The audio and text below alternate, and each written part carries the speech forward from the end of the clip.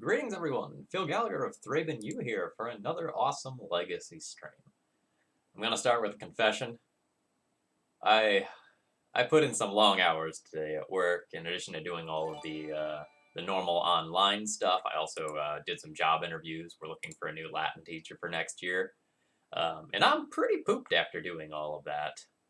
And I didn't have it in me to like sit down and play like Four Color Loam featuring Uro Oko properly tonight. I just thought I would play sloppily. So I switched to doing a different one of the donation deck lists instead. Red Hot 19, thank you very much for throwing your support this way, this early in the stream. Friend, I really do appreciate it. It means a lot. And you will gain access to our brand new sub-Discord, which is a new feature that I just rolled out between last stream and this one. If you type !Discord like this into the chat, it will give you the link that tells you how to sign up for the Discord server. To just take a minute to talk about that for subs, the Discord server is where I'm going to coordinate future like guest streams, sub goals, things of that various nature, and we're going to use it to brew a new Legacy deck. Well, Red Hot, glad you're already in there then. Assume the explanation was for everyone else. So tonight we're doing a donation deck list from Patrick S., which according to the source thread for this deck is called Unplayable Chunderbucket Pile. Now, if you're like me, you're like, what's a chunderbucket? It is a bucket for vomit. So the deck name here is praising the power of the deck very highly. We're in like A+ meme territory here. So what's going on? We are going to be looking to cheat big dumb creatures into play. And we are doing so via Arcane Artisan, which makes a token copy of a card in your hand. Champion of Ronas, which you can exert to put a creature card from your hand onto the battlefield. Elvish Piper, which you can pay 1 green mana for to put a creature onto the battlefield. So we have these 12 enablers that are going to let us cheat creatures into play. And note that these are one-sided creature cheats. So it's not like Show and Tell, where you also give your opponent a chance to put in some big, cool, dumb thing. No, it's just you. In the main deck, we have 9 big, dumb creatures to cheat in.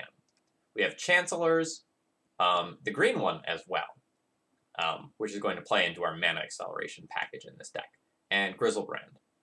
But then we also have Living Wish to tutor up either Progenitus or Emrakul as additional fatties. So for mana acceleration, we have Chancellor of the Tangles and Chrome Moxen. Living Wish can also find you a land. There is an actual Caracas in the sideboard, so if for some reason you're going to miss a land drop, it's got your back there. We have Chalice of the Void, Trinisphere, Chancellor of the Annex, and Oko as angles of disruption for this deck. And Once Upon a Time is supposed to find us like the mana source that we need, the enabler that we need, or the fatty that we need.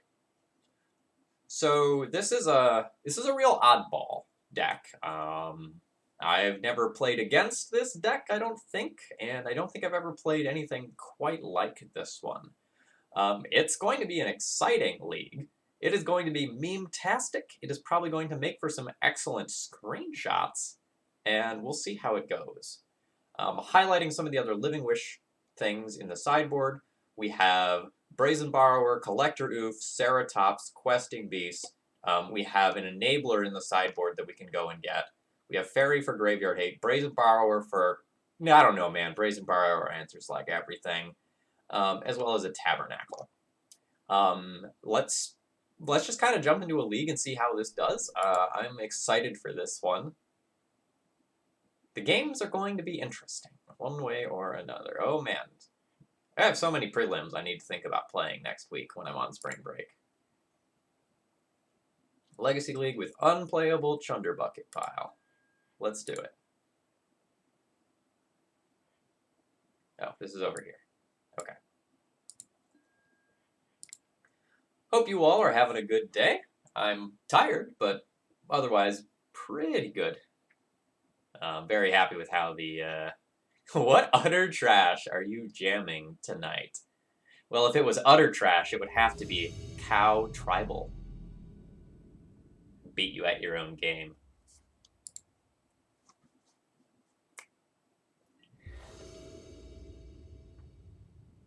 Just wiggles. Okay, what do I do with this hand? I have 4 mana on turn 1.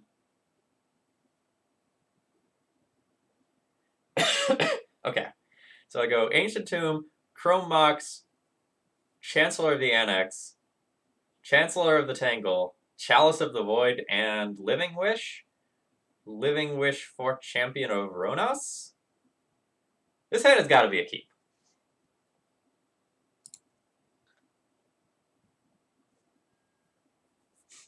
I will take opening actions, yes.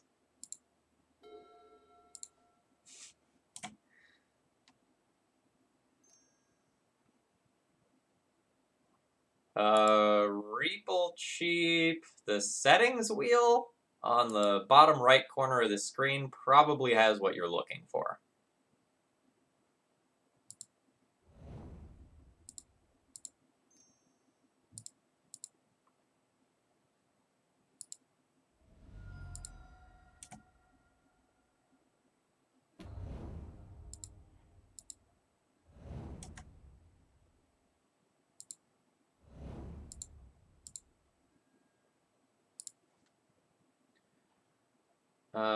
So I am looking to get this Champion of Ronas so that I can just cast that next turn and then put my Chancellor in.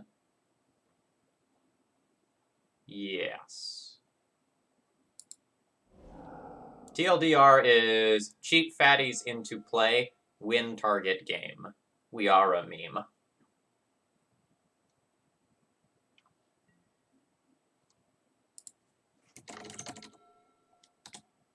Oh god.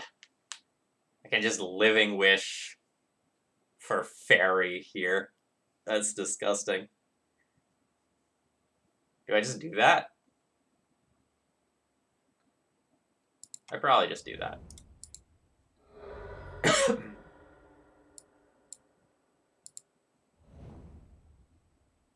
It's just so good.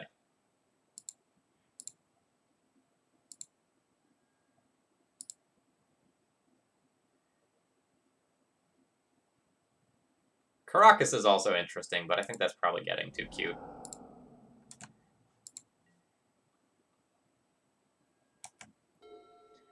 This is probably one of the better fairies that I've ever seen. I really dislike Fairy Macabre as a card.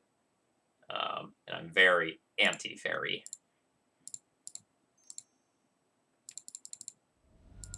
Not T-Fairy. Anti this fairy. A T-Fairy would be cool. Not a Teferi, but a T-Fairy. Just brings me tea. I would be game. Oh, friend. You have made an error. Or maybe you don't have another play. Does this give me mana every turn or anything? No, it's just 6/7 Vigilance Reach. Quote unquote just. Do I want to Once Upon a Time prior to this attack to see if I hit Grizzlebrand? I think I do.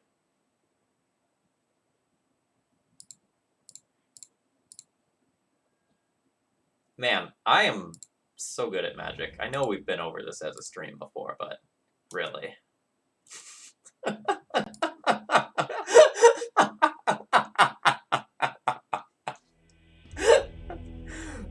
Oh, man. That was cool.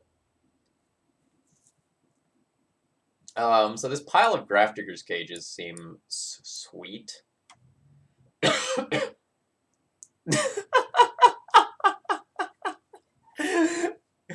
I just ruined that poor person's whole career. Alright, so I want this fairy in the sideboard to wish for. I want the Caracas in the sideboard to wish for. I want this to wish for. Yeah, Brazen Borrowers are a possibility of something I can bring in to just bounce their big fatty.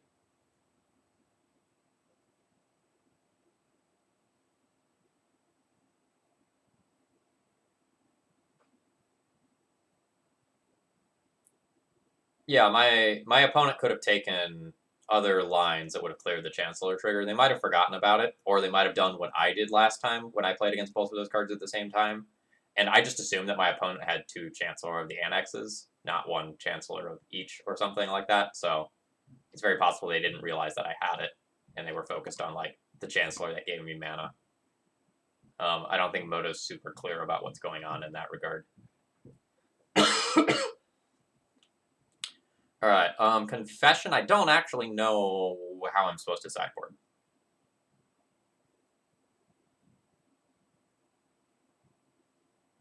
Like, is it Oko's? Do I stick to my guns and, like, do my game plan and just board out Oko, which is an answer to their game plan?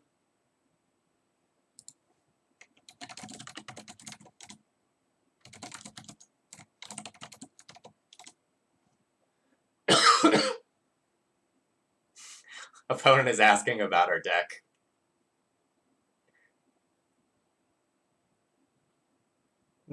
Opponent says, it's all G. I hope you're running 3-ball too. We're just gonna give them a smiley face.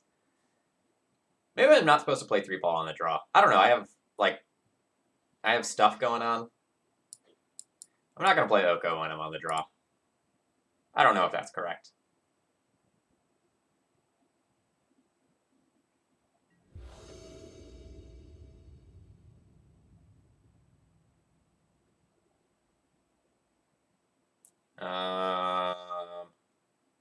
Land, Chrome Box, Champion, Chalice on 1.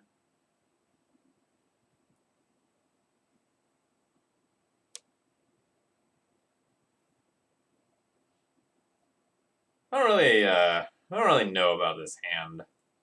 Like, it has a turn 1 Chalice, but I have, like, these 3-balls, which are going to be slow. I have one too many Chrome Moxen, and I don't have a Fatty, and I don't have a way to get to this mana, and I'm gonna have to put that under Chrome Mox anyway. I think I'm gonna mull this one and try to find something better.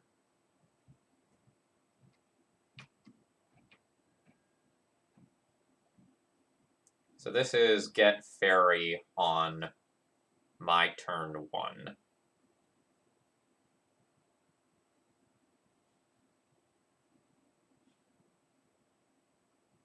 Or play Chalice turn 1. This is fine.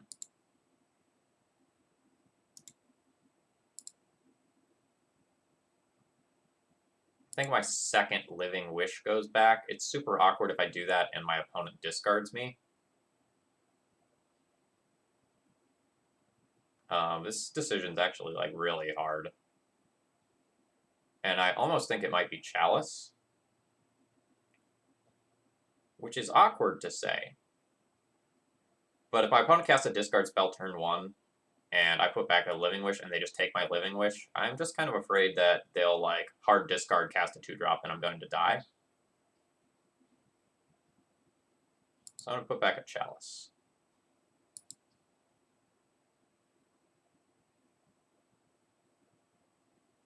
Alright, my opponent has revealed a Chancellor. I will reveal a Chancellor. Everyone has actions before the beginning of the game.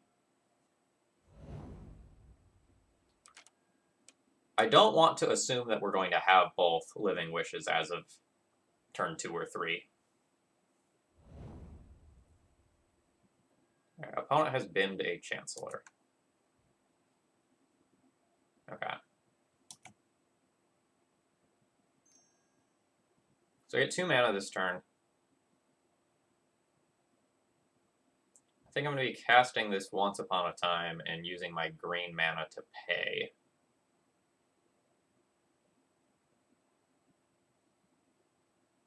For the initial Chancellor trigger.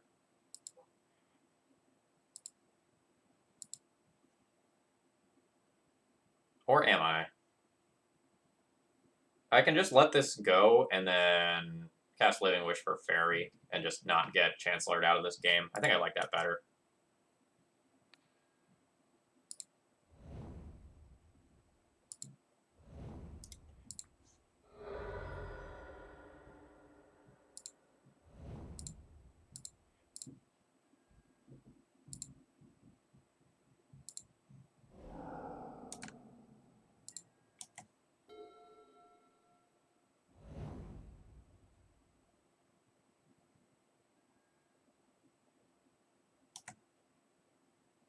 Yo, this fairy is looking sick.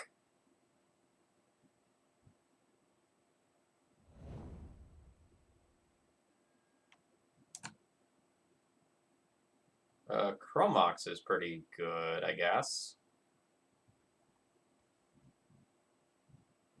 So I can get to 3 mana this turn. I can Living Wish again.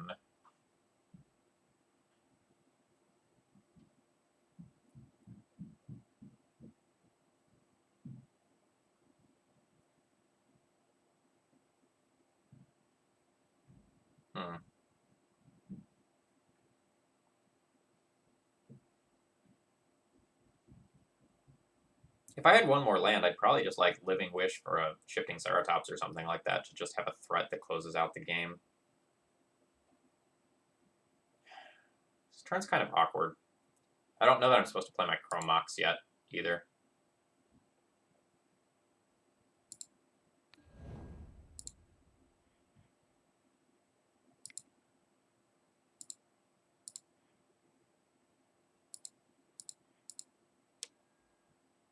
I know I'm casting this Living Wish. And I think I'm just going to try to guarantee that I can get to 4 mana next turn.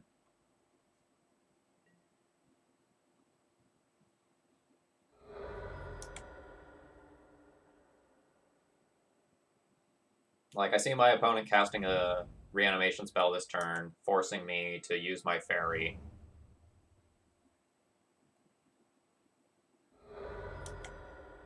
Oh, I should have responded to that by removing a Faithless Looting. Or at least that's something I should have been thinking about.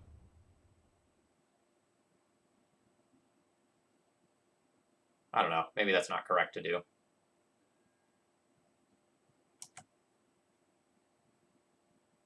Because, like, Exhume gets kind of awkward for me if my opponent can put additional creatures into the graveyard.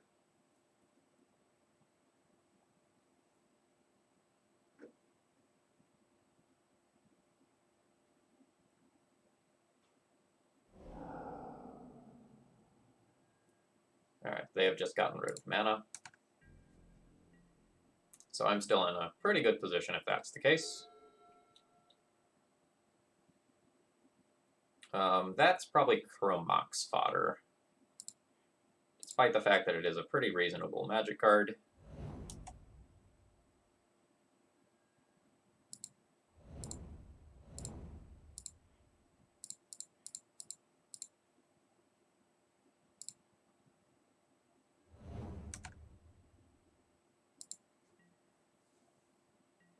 What a strange deck.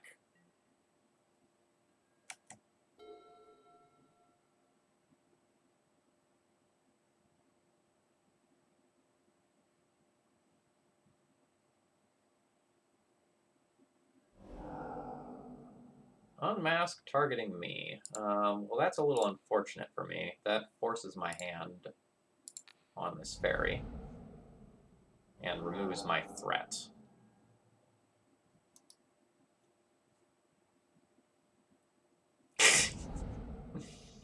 We got a, like, big eye, little eye face from my opponent. Alright, they have reanimated my Chancellor,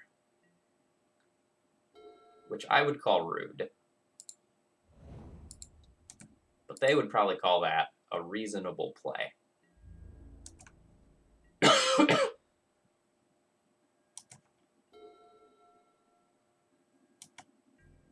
We get a few turns, but this is definitely, like, scary territory. It's super fortunate that we are at 19. Because that means this is a 4-turn clock.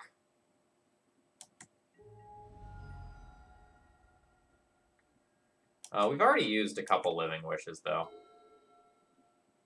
That can just happen. That's pretty good. So I should really just put this in now, right? It just gives my opponent more opportunities to, like, play into it.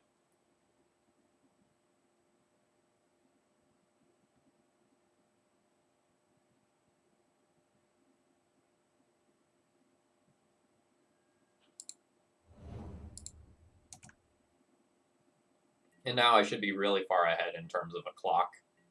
I get to attack for 5 in the air. Oh god, is this thing have vigilance? Or reach is what I meant. It does have reach. That is awkward. So forget everything that I just said about the clock.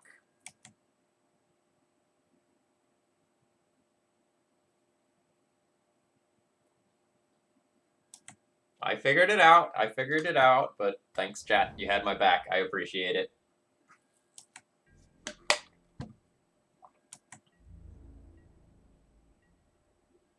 Holy crap, no attack.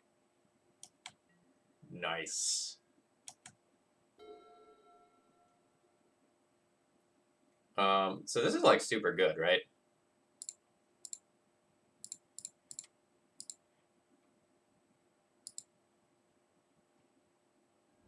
Trinosphere plus Chancellor is like a combo.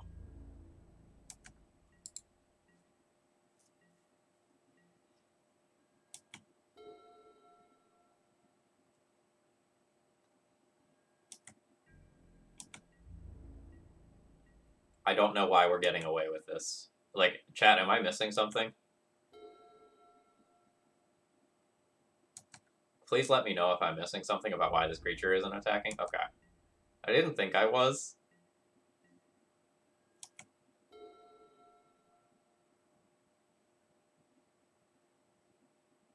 Opponent could just be, like, scared of Elvish Piper shenanigans. Did I have a card in hand last turn?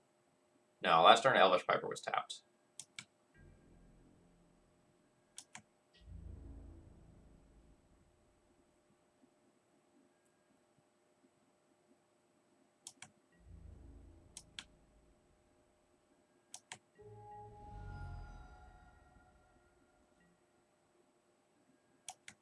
Yeah, they've probably realized the vigilance now.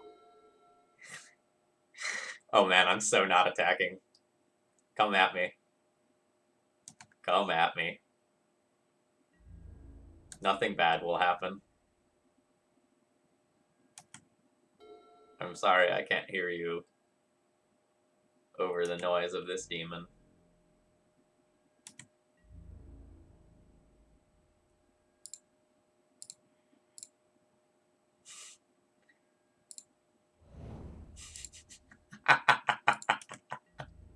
I'm a bully.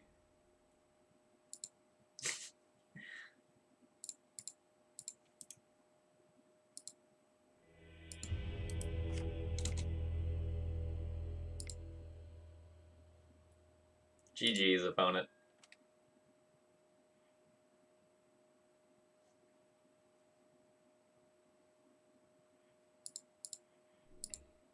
Living Wish board definitely did work that game. Like, we got to steal game 1 with Graveyard Hate, which is definitely not something that traditionally happens.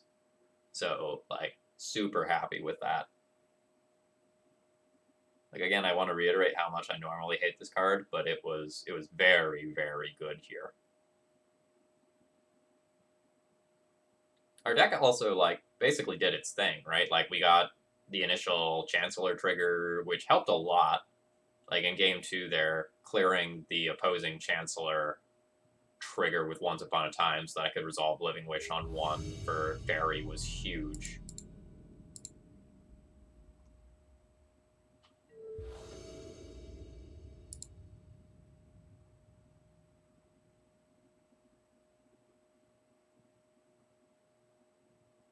Am I on the play? I'm on the play with turn 1 Trinosphere with Chancellor back up.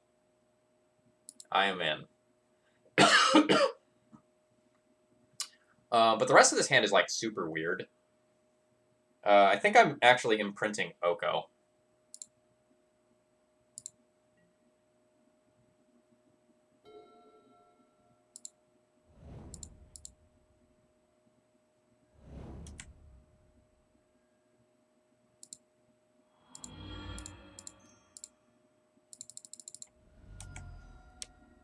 Trinisphere with Counterspell backup. And my Counterspell is a creature that I played at the beginning of the game, just as Richard Garfield intended.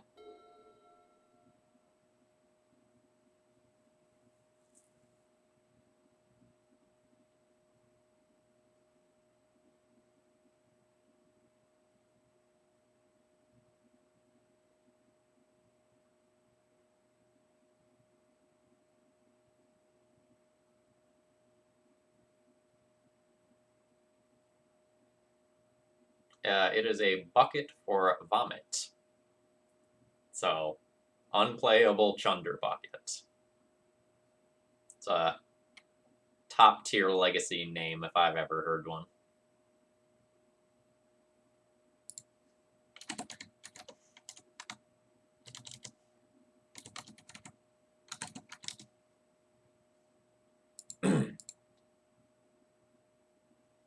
Well, I think opponent is considering conceding based on their hand. So, like, my opponent is probably playing Sneak and Show, but, like, I don't know for sure. And, like, they might be wondering, do I give away this information? Or they might be trying to figure out, like, what's going on if my opponent is imprinting an Oko, like, what deck are they? The other thing that could be happening is my opponent could be on fewer than 3 low. Okay.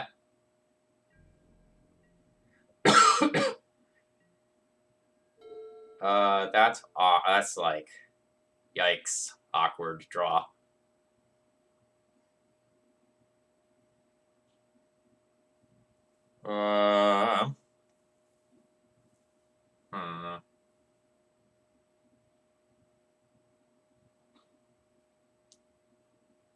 I probably just need to play towards finding another big fatty and put this Chancellor under here.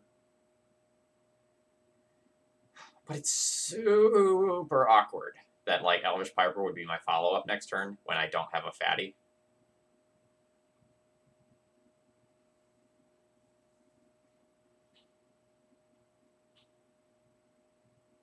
And it's also super awkward that, like, this wouldn't play towards Oko.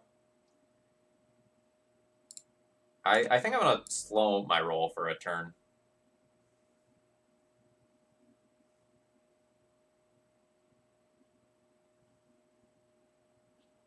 Like, the Chrome Mox is already awkward with the Trinisphere because it costs, like, my entire turn plus 2 life. I think I have the time that I need to, like, not try to turbo out Elvish Piper at the cost of my, like, quote-unquote combo.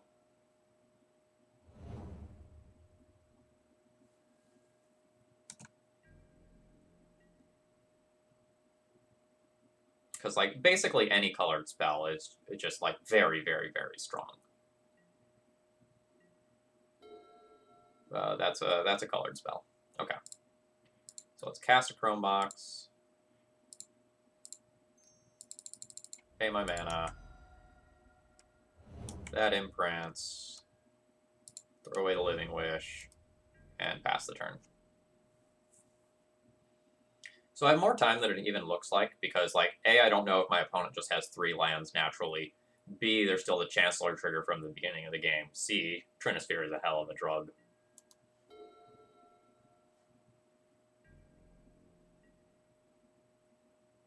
Okay, yeah. So opponent is missing land drops here.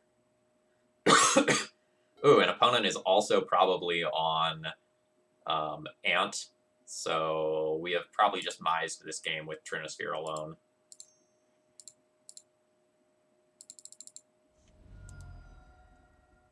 And the Chancellor that's coming down should be the nail in the coffin.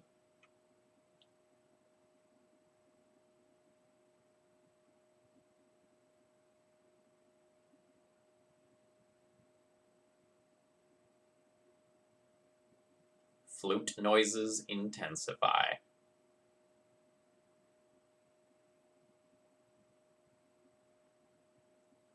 Red Hot, it's possible that my opponent has something like a main deck Abrupt Decay or something like that, so they're not, like, Stone Cold Dead to Trinisphere. It's not, like, totally unheard of for that sort of thing to occur. My opponent could also be like, valuing the information that they get out of me. Opponent could also be, like, some sort of Doomsday deck as well. Dr. Bill, thank you very much for your continued support, friend. As always, I really do appreciate it. Hope things are going well with the kids.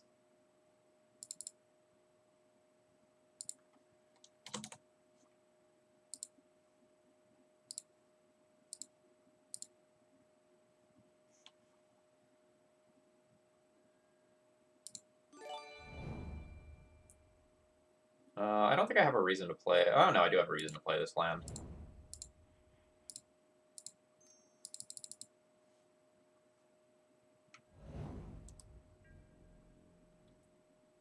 Yes, I think it's very reasonable for my opponents to have questions. It's not what flutes sound like, but it felt right.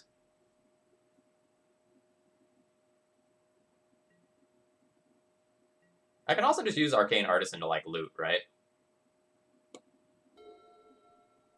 Yeah, draw, then exile. Cool. So that's like synergy with Elvish Piper. So I choose me.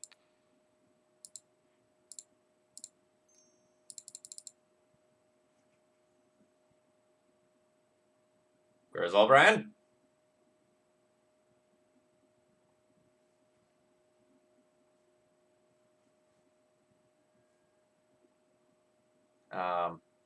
Yes? They're multiplying.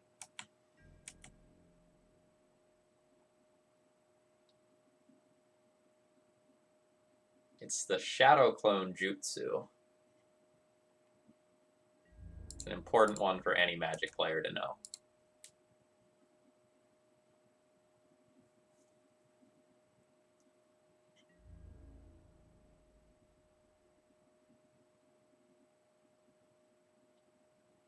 Yeah. Usually the... Oh, that was good. Yeah, so usually, like, Arcane Artisan drawing a card is, like, so not relevant because when your opponent activates Arcane Artisan, you just die. Because they've, like, put in an Emrakul or something. But in this weird, Stompy Shell, it's also just, you know, a looter.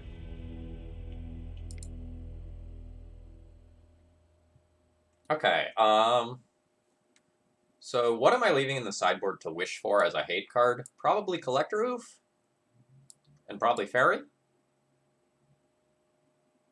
For Past and Flames regions, I should probably board in Grafdigger's Cage. And shifting Ceratops as a way to just, like, get my opponent dead is also not unreasonable.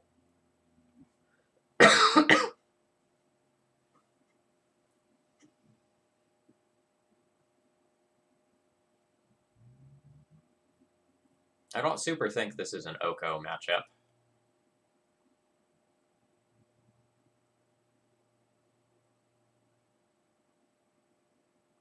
Like, our first turn really needs to be one of these 11 cards.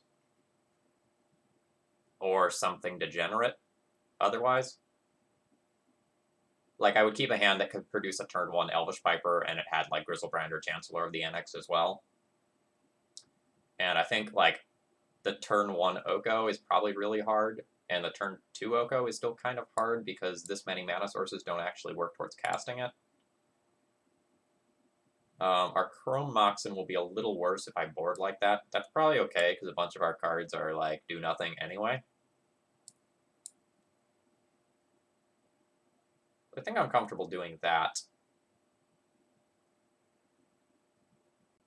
How much power does this sucker have? 3 is not bad. I mean, that's basically my life. 4 Chalice, 4 3-ball, and we're good to go. It really does work.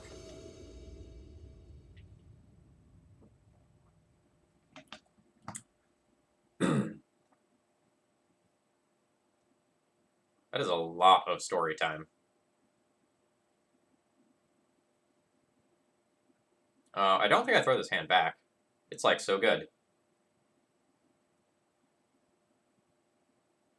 Like, I Once Upon a Time for a land, I Chrome Mox a Once Upon a Time, I cast a Chalice on 1 and 0 on turn 1.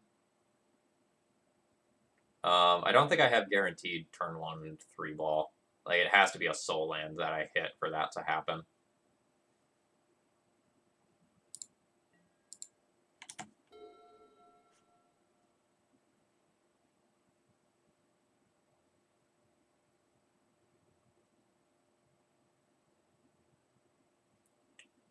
A turn 1 Thoughtseize taking my Chrome Mox is, I guess, kind of awkward.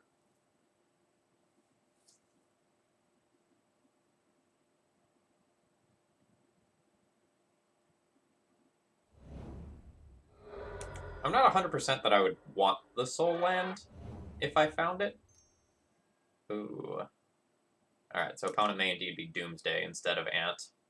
But I think we probably would have boarded about the same.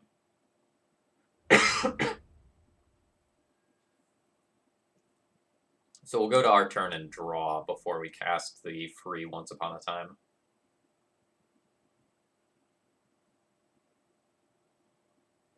And then I can make my decision from there.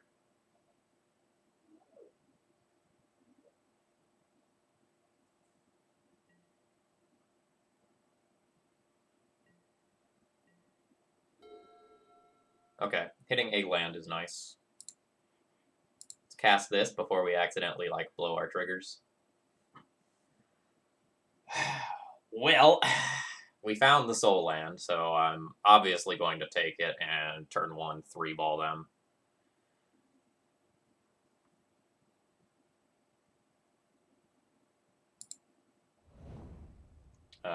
I don't know the Doomsday deck list super well, so I'm going to pull up Romario's Twitter and see how many 0 drops are actually in that deck. I think I'm casting one.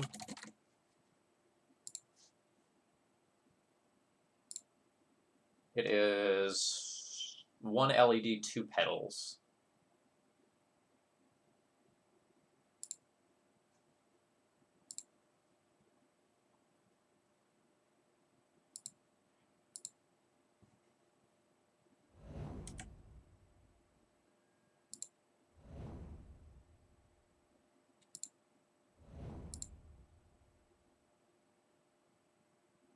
I'm still going to cast one, because, like, removing LED makes a lot of their Doomsday piles considerably worse.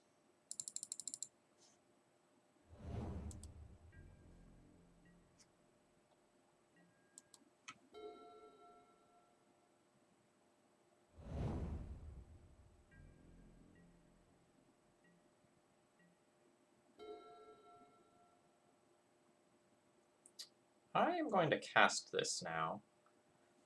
I think. It's possible that I should just, like, sandbag this for a turn and just play the Chalice of the Void here, though, on X equals 1 while they still can't counter it. X is currently 1. Done. That. Done.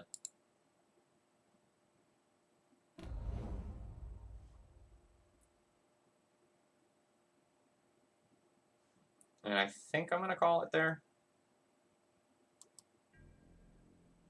rather than just playing a land drop that is going to force me to lose this City of Traders, which right now is pretty darn good.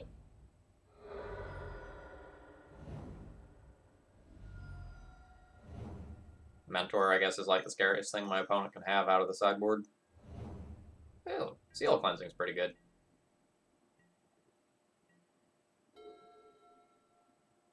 This is also quite good, although it probably doesn't look like it.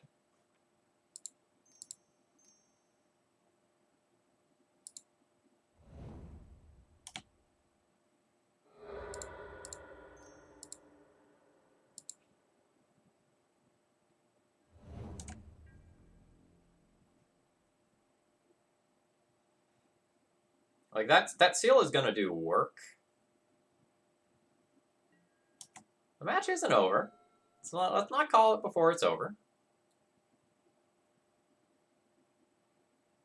Like, if I hit a relevant creature off this Once Upon a Time, things are probably over. But Doomsday can win on relatively few resources.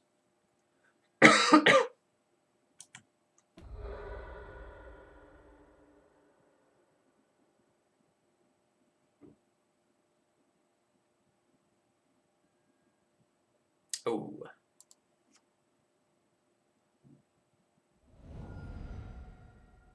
Evening's already in. Welcome.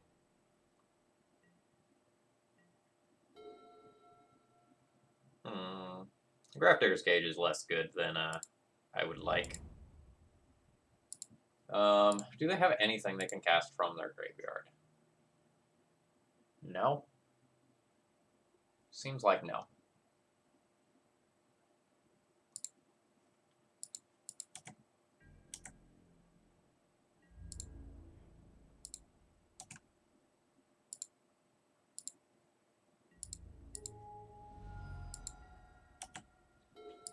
I don't believe they have Snapcaster Mage.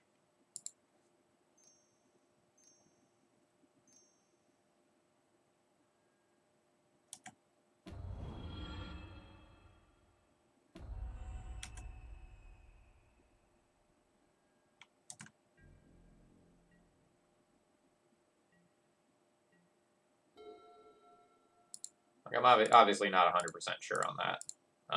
But at least the list that I was looking at did not have Snapcaster Mage. I can say that much.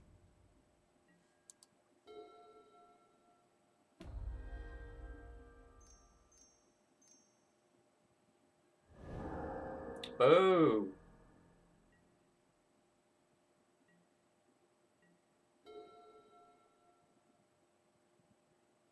Two, three, four, five. 2 mana away from just hard casting this.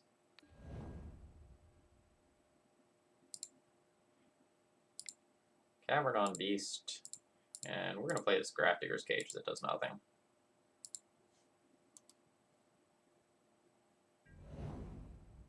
On the off chance that our opponent does have something like a Snapcaster Mage.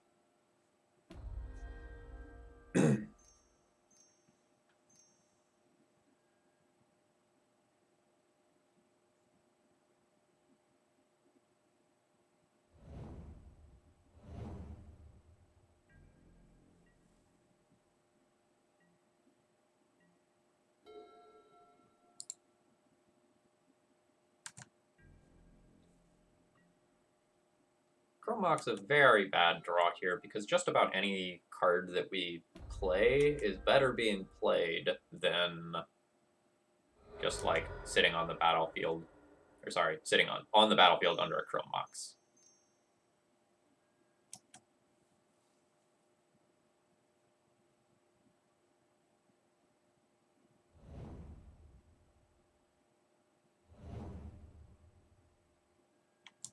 This one's definitely slipping away a bit.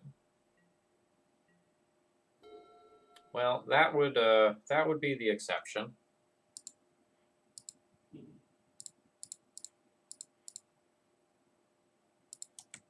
All right, I forgot about that. That card does nothing. My bad.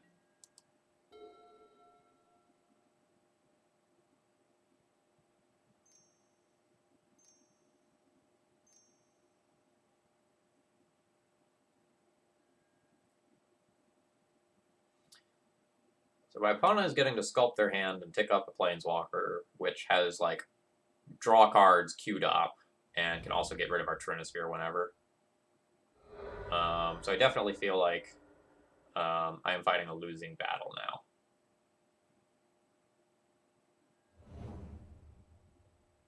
Oh, I bet it happens all the time.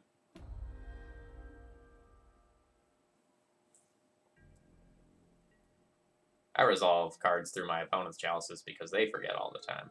What a strong Magic card.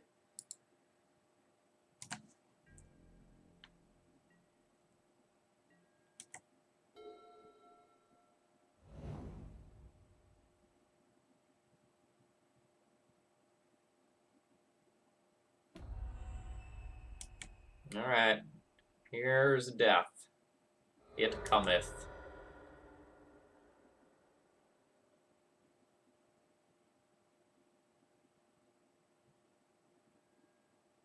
Alright. My opponent has cast a Doomsday.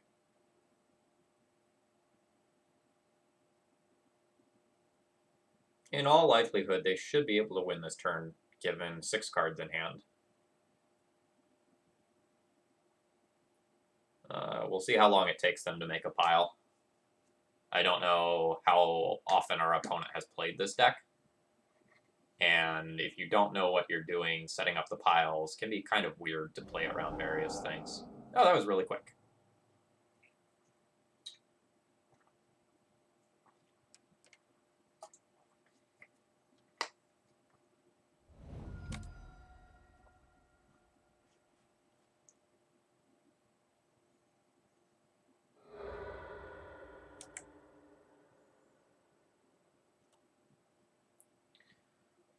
So I'm kind of expecting something like cycle a Street Wraith, cast a Predict, target myself.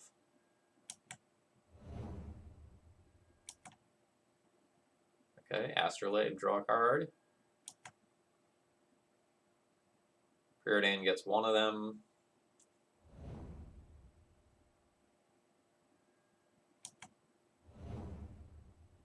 And this is Devotion to Blue, right?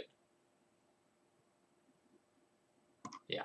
So, because they have 3 Devotion to Blue, no cards in library, or 1 card in library, they're good to go, and they take the win there. Okay, so now that we know for sure that we're not playing against Storm, let's junk those Grafdigger's cages. And let's get some other things in here. Card that just gets my opponent dead is probably fine.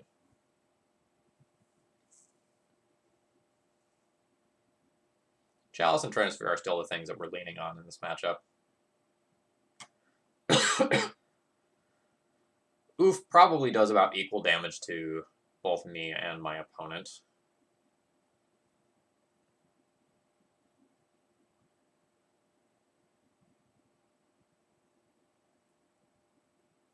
I have a slightly higher opinion of Oko for this game. My opponent is trying to play a controlling role by like playing Source of Plowshares into Teferi and stuff, and potentially Terminus as well to take care of my stuff. So I don't hate having like at least one of these in. I can also consider boarding in a Brazen Borrower or two.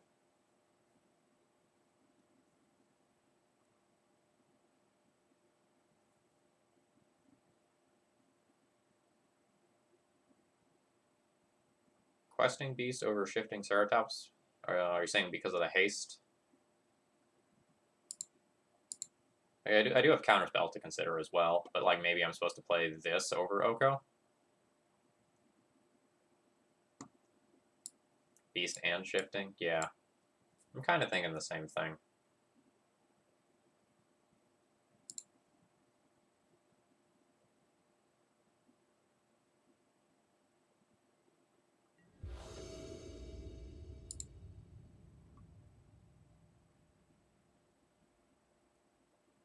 Okay, so I have 3 mana on turn 1, can cast a free Once Upon a Time, but Once Upon a Time can't find me Chalice or Trinisphere.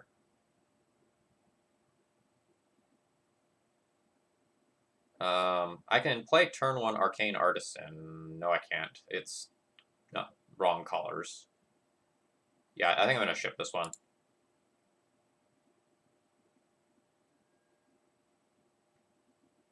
This is fine, though. I will keep this. I'm going to bin a land. So I'm going to Chrome Mox a Once Upon a Time. Play land, cast a Chalice on 1. And then I'll want to have Once Upon a Time to help me sculpt the rest of my...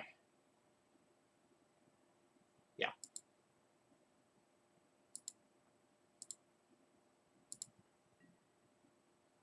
I do dig this whole, like, uncounterable Chalice thing that's going on here.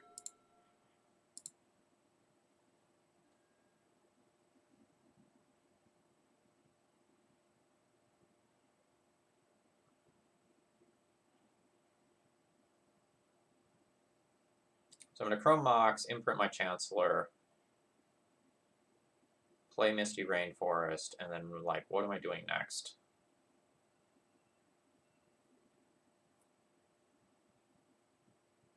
I think just getting a... I can just take a decent threat here and use the next Once Upon a Time for mana.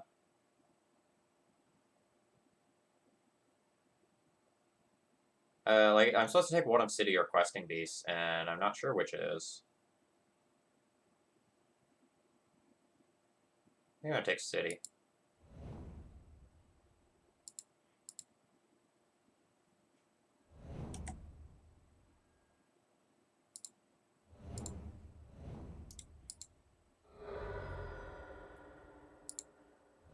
Lines are real weird here.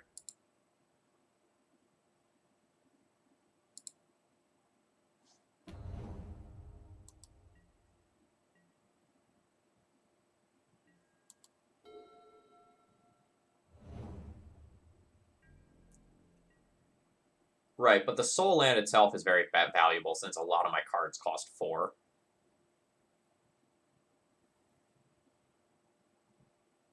And this is also a Soul Land that doesn't hurt me. And that is relevant for the Mentor plan.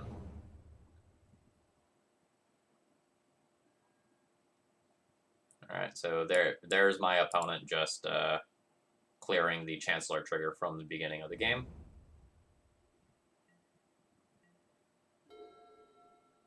Let's see if we can find an enabler here.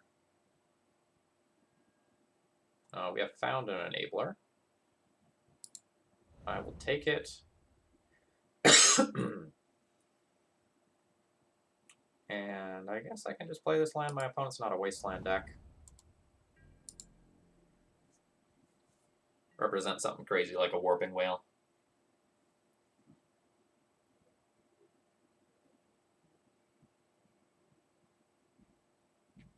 Since the bot pushed out the notification as well, now that a few more people are here, I do have a sub-Discord now. You can type !Discord to get the details of that. I'm going to be using that. I'm really happy with that draw, by the way. You can use that as a place to contact me, and I will be using it for various, like, brews, sub-events, sub-goals, things of that nature. Oh yeah, we are on an A+ quality pile here.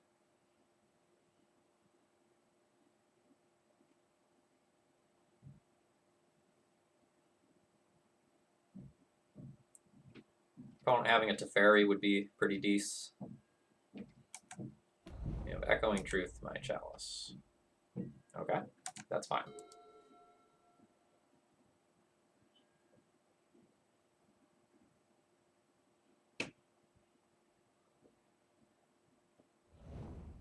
Unplayable Chunderbucket hasn't lost a match yet. Just saying. Yes, this one comes to us from Patrick S., who I believe found this deck on the source. There's a thread there under the same name.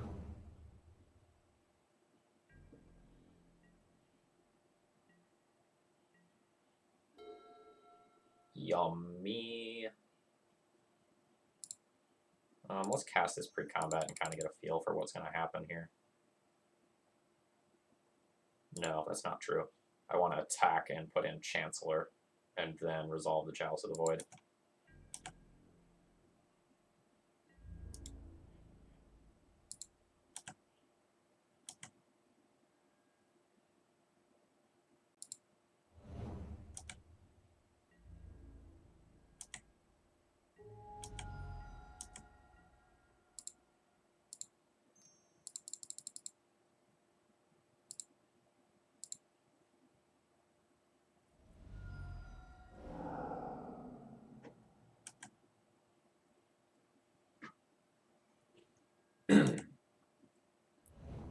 So I guess another thing that I should be thinking about is it's very possible that that Chalice of the Void should have been cast on x=2 for Thassa's Oracle reasons.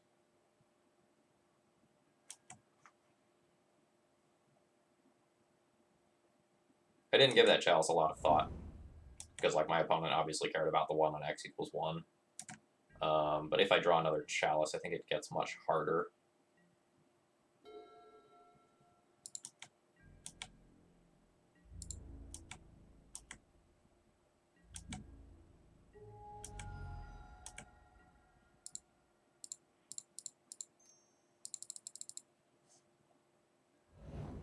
So now we just have lethal attackers next turn.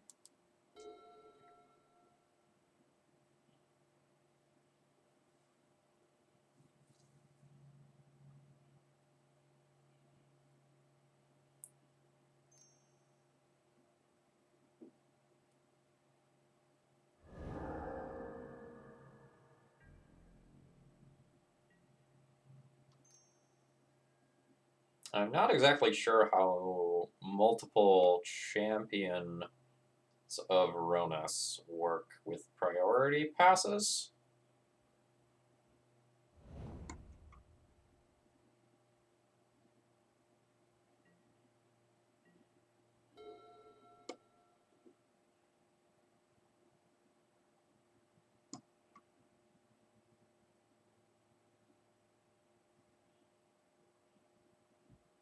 I don't think I want to exert both. I think I just put in the Grizzlebrand and then post-combat play a bunch of hate cards somehow. I think I just exert one and just leave myself with a lethal attacker next turn. Oh, shit. Well, that was obviously very bad.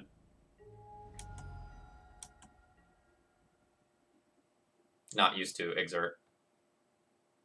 See if I lose the game for doing that.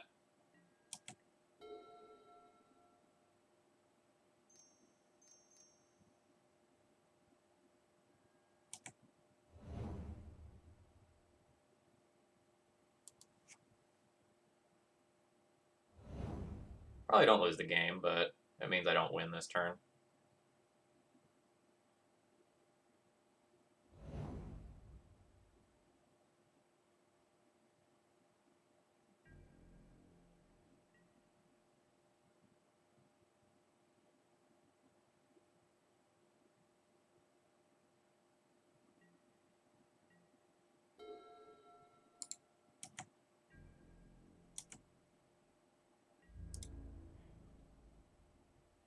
Attack and exert. And just attack.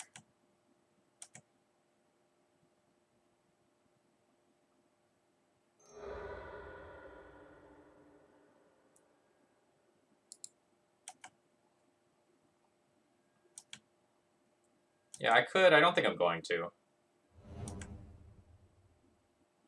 Because, like, the other champion of Ronas is still valuable.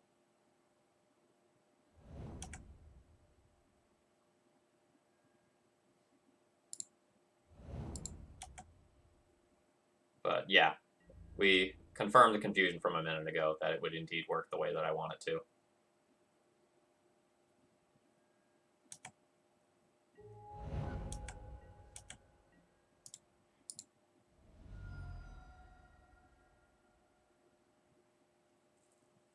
I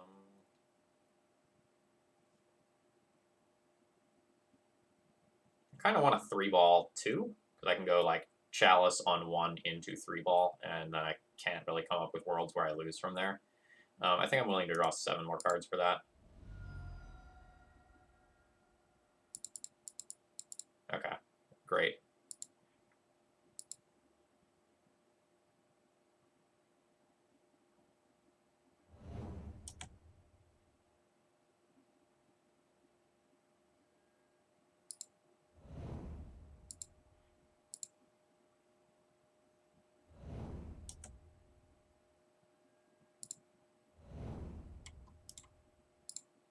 I can also just like bounce the Mentor if I want with Brazen Borrower.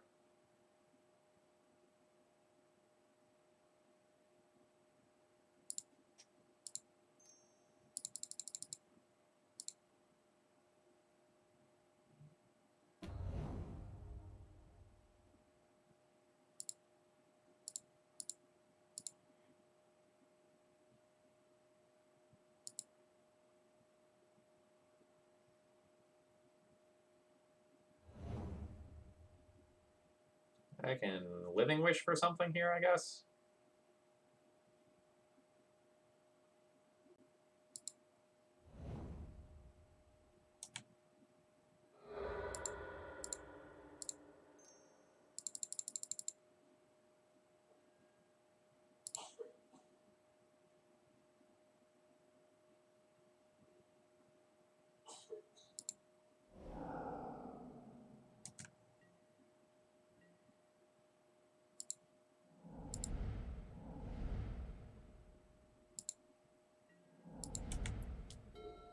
think the world is kind of my oyster here.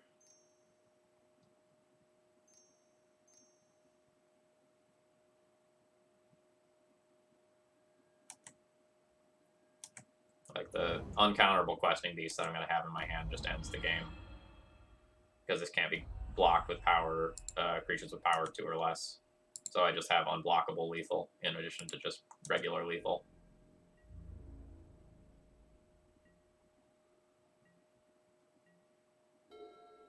I could also just do it the Shifting Ceratops way.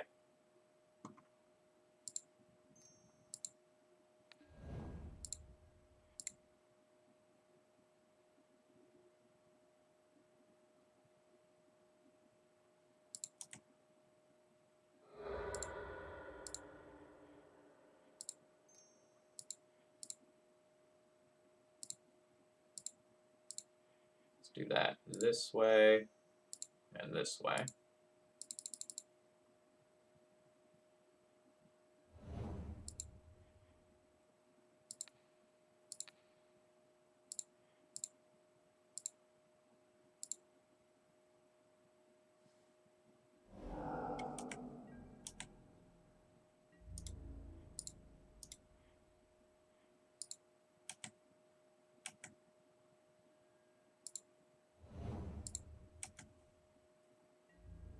We've entered the game with a pretty sick board here.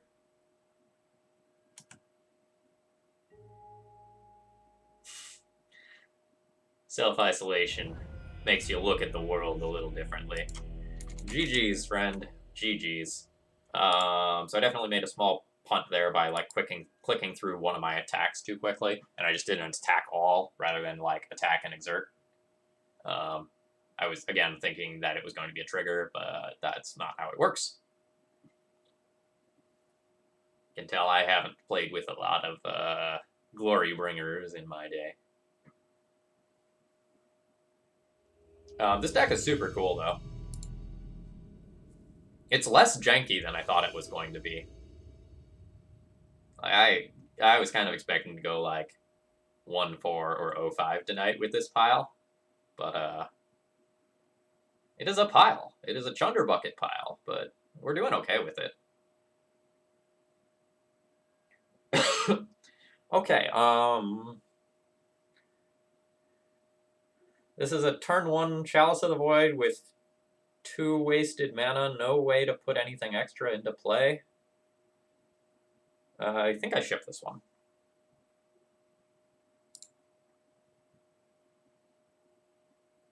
This is also a turn 1 Chalice, turn 2 Trinisphere hand, though.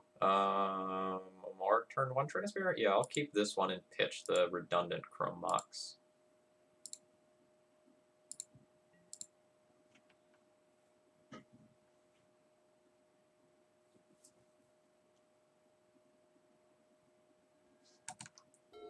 We'll see what Nanbo my opponent is playing.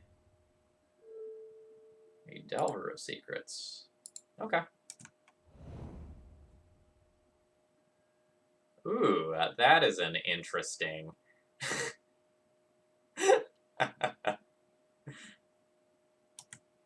That is an interesting draw for me.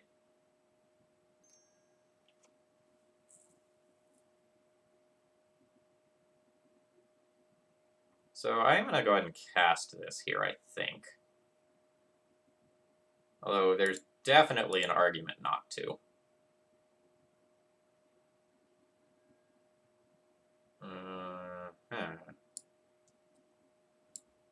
How many basics are in this deck? 3?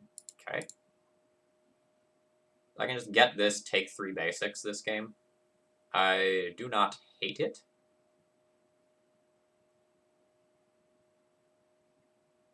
I'm in fact going to do that. Let's play a Chrome Mox.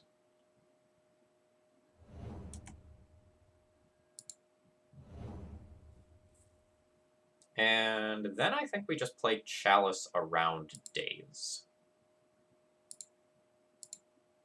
Rather than starting on the Trinisphere into Daze.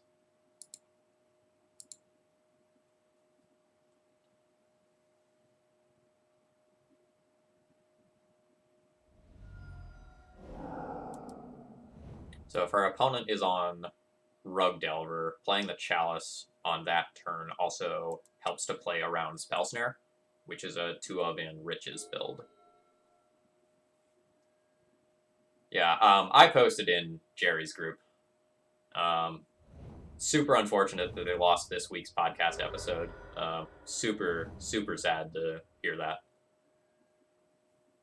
They do good work over there, and their Facebook group is absolutely awesome for just general legacy content. A lot of content creators just go and post their stuff there.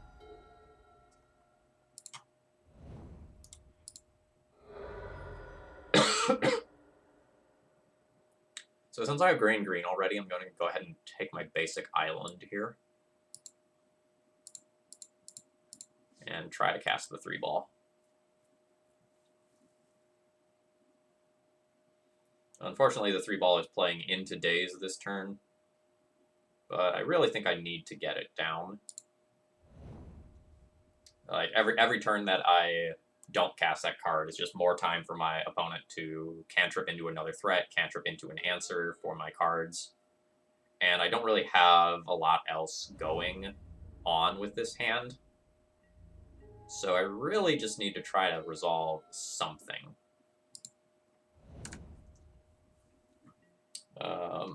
But it looks like we're just going to get Delvered this game. Like, we're going to get 3 more turns to, like, do something that matters.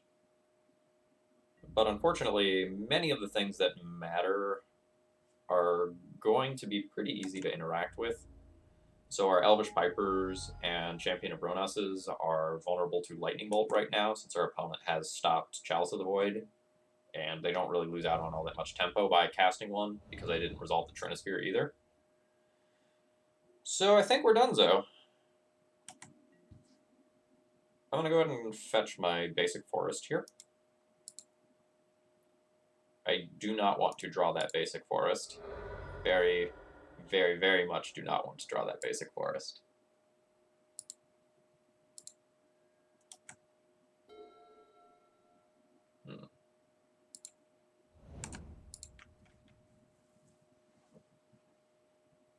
Yeah, this would have been a great turn for an Oko. Next turn's an okay turn for an Oko still. But since opponent didn't play a threat at all, I kind of feel like they have counter magic or bolts in hand. So I don't like my odds of actually resolving a spell. I can hardcast a Chancellor of the Tangle, though. That's pretty good against Delvers. This is acceptable to me.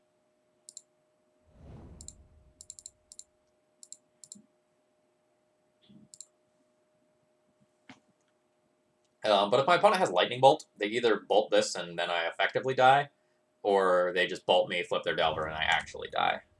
So, yikes.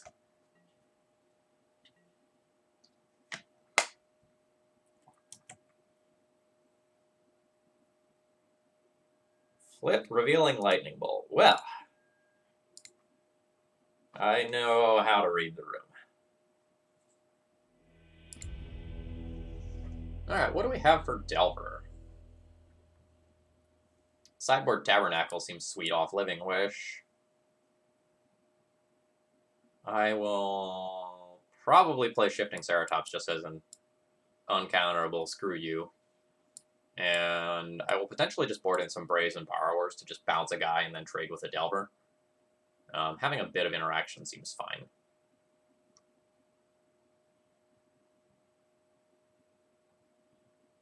My Okas are good. I don't get to board them out this time. And I guess this is just going to be a time where I, like, trim rather than cut. So, like, I can trim a Living Wish. I can trim, like, an Arcane Artisan.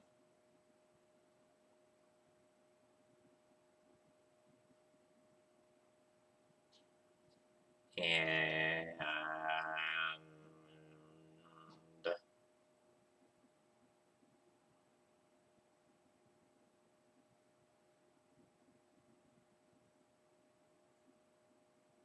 an Elvish Piper or something like that.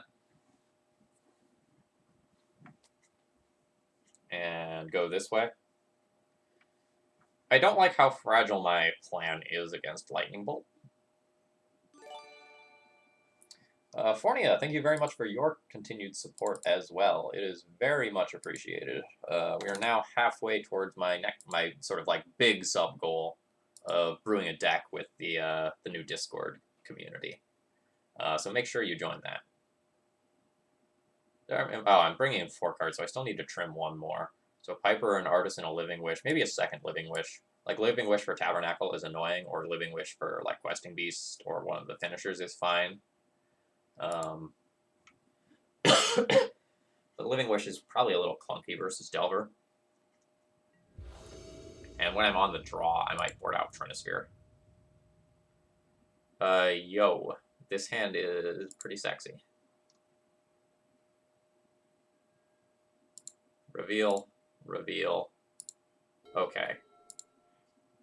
Cast free once upon a time. Find some sort of threat. Yeah, you count. I'll take a Brazen Borrower.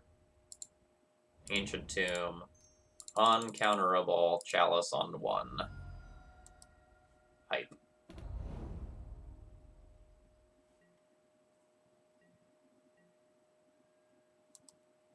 I did a lot of things.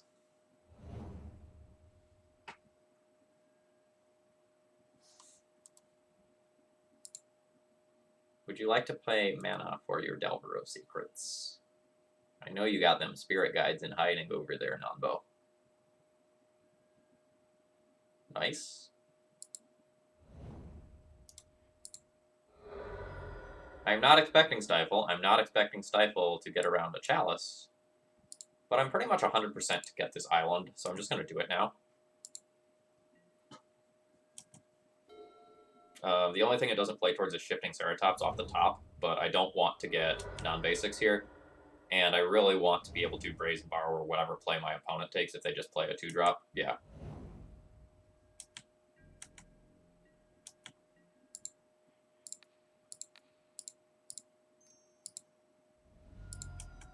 So, like, this costs me 2 life to do, but I think it's pretty darn good.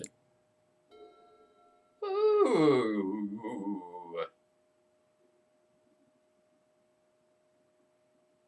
I'm going to take the turn to go ahead and do that.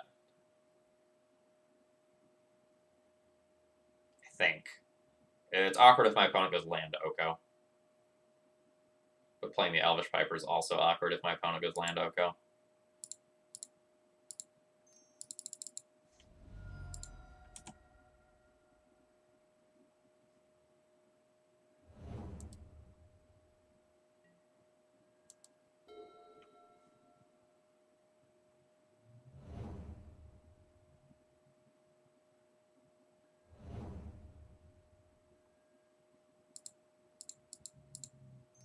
So my Elvish Piper resolves. I get hit for 3-ish. Maybe a touch more if my opponent casts a Ponder. And then I just crap in infinite Chancellors. A Braid or Brazen Borrower from the other side of the battlefield are the things that I care about the most. I guess Oko, too.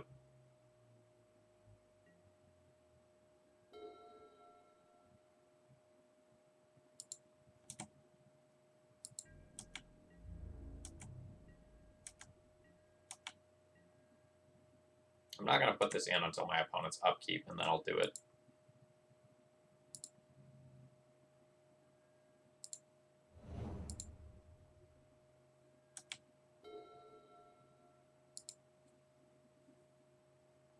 Alright, my opponent has conceded from the game there. That's pretty strong.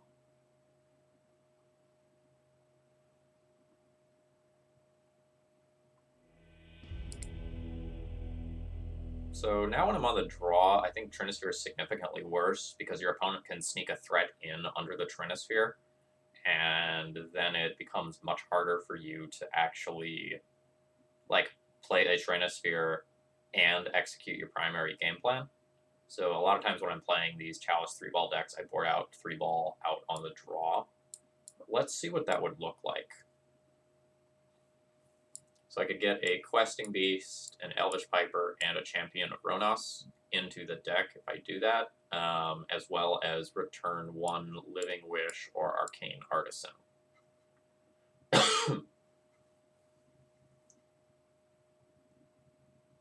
And I don't know what is correct.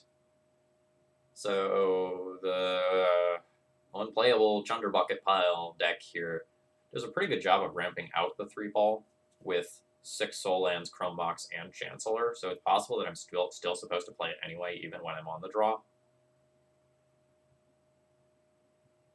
But obviously I don't have the matchup experience to know.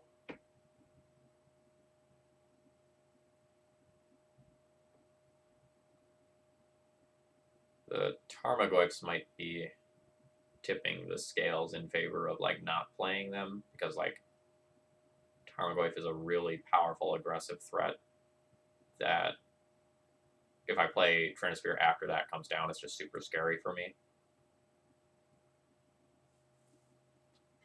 I legitimately don't know. I'm going to submit the same 60 here, but I don't know that it's correct.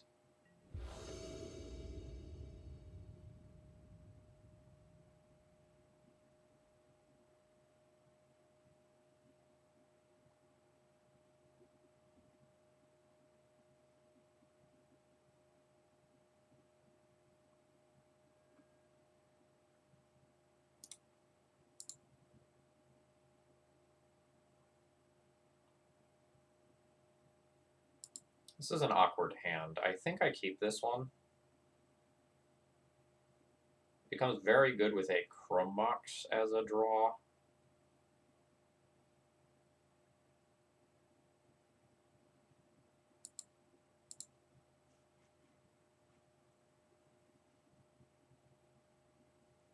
So this is don't get wastelanded on turn 1 by playing a basic land, followed by turn 2 Trinisphere, followed by turn 3 Living Wish, into Ronos's whatever duder.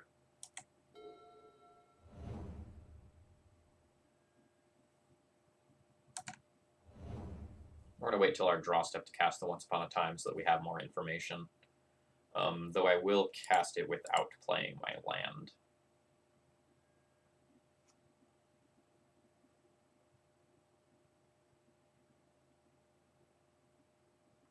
I will just take the Piper.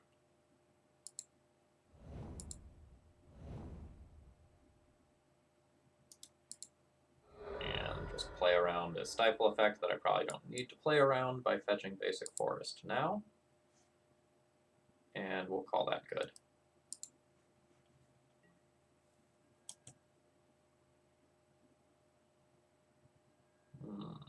And a Braid, you say? Well, that's obviously very good against the lines that I'm going to be taking. And a Wasteland to boot. And a Tarmogoyf.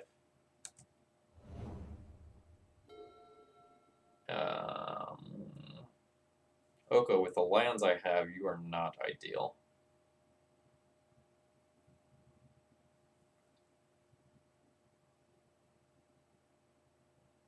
I only want to tap the Ancient Tomb once this game, so I'm going to play the Ancient Tomb this turn and then get rid of it.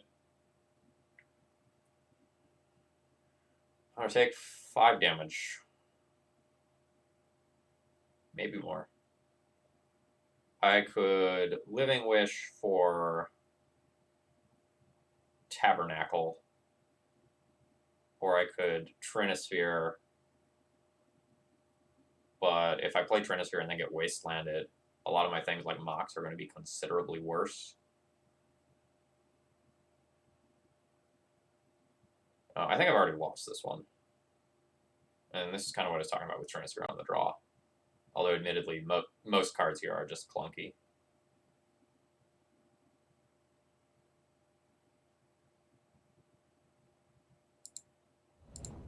Alright, I'm going to take kind of a weird line, I think. I'm going to cast that Living Wish.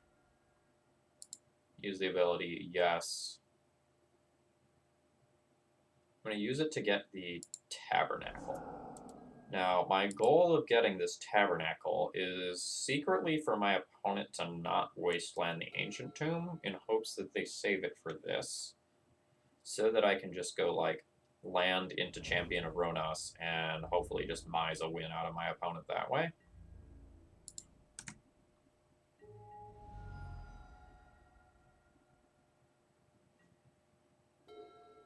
Okay, well, we are indeed playing towards that future. If I tap this Ancient Tomb, I go to 7, which as of right now is not technically lethal. So here we go. We will play the Champion of Ronas over the Elvish Piper on the off chance that my opponent has something that does 2 or less damage. I know they have an Abrade in hand from the first Delver flipping, but I don't know whether or not they have the red mana.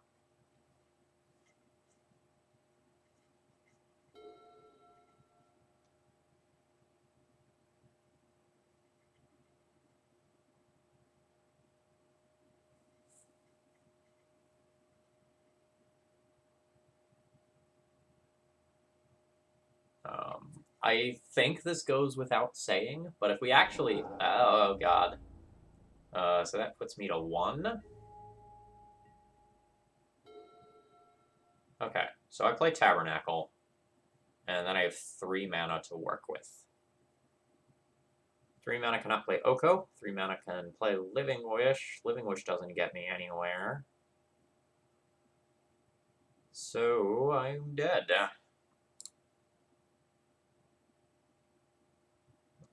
I'm trying to die here. Good.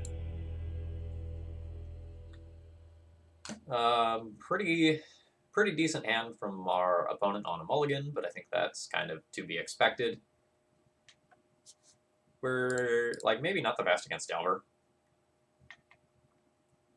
Like, a lot of times the Transfer Chalice decks are a little bit soft to Tarmogoyf, so that doesn't surprise me. Especially since we have very few ways to actually, like, take a creature off the table. We're primarily trying to remove creatures via combat with these big dumb things. And we didn't put in a big dumb thing in that game, so there's that.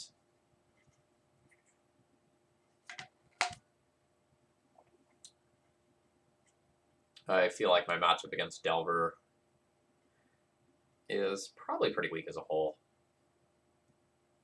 Maybe I need like Carpet of Flowers would be pretty sick, I think. Yeah, Brazen Borrower pretty disgusting as a way to, like, get the big fatty out of the way, or bounce Trinisphere Chalice, Champion, Piper, whatever. Like, bounce spells are very good against this deck.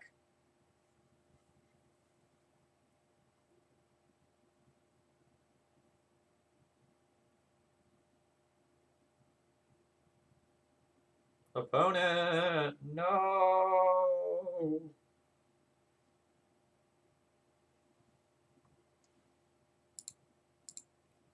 I wonder if Jerry posted in the group after I beat him.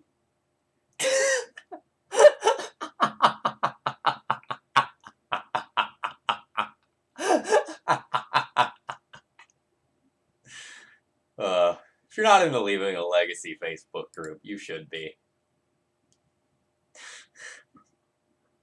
Quote, I need a goddamn adult.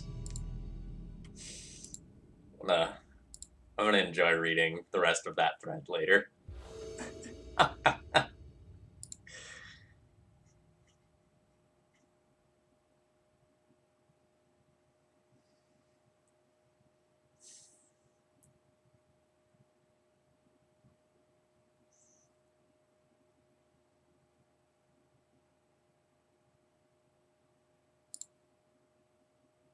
I know what I'm about. Here we go! Da, da, da, da, da, da, da, da, da, da. Got him.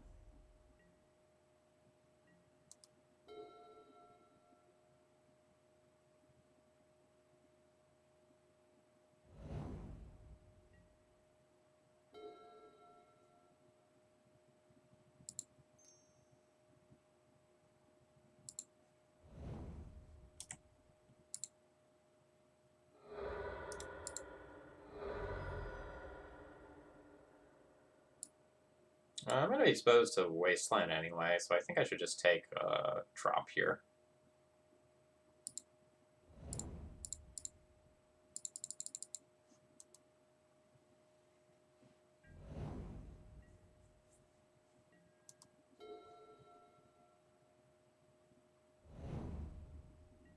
Infect?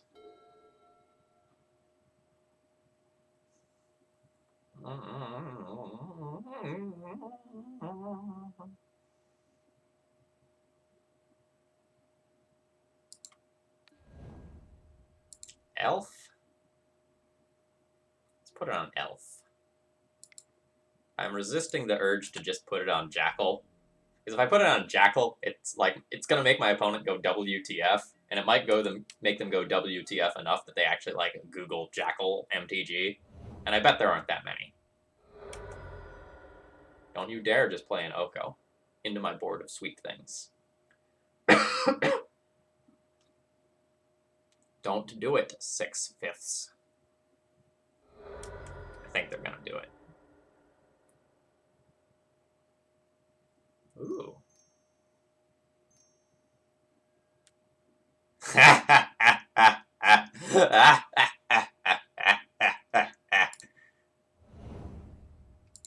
All right, you brought something that's kind of cool to show and tell. I'm going to admit that. I need to find... Fuck, my own Trinisphere is, super bad here. Because, otherwise I could just, Living Wish for Caracas. So, what's my out? How do I beat this?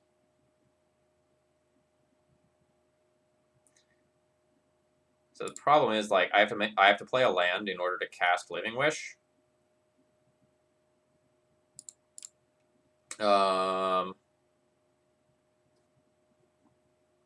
Fuck.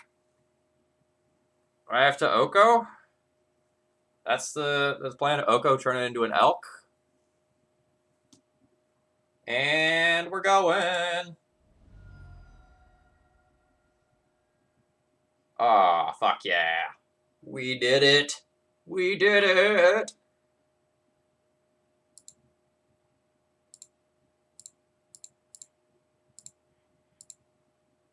Nice elk.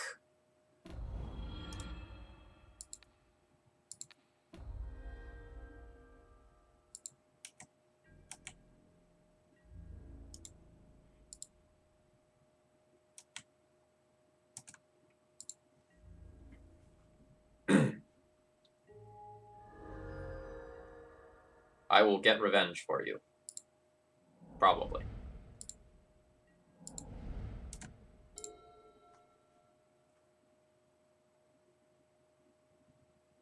My opponent fetches their dead next turn to Trinisphere plus Grizzlebrand attack. That's pretty cool.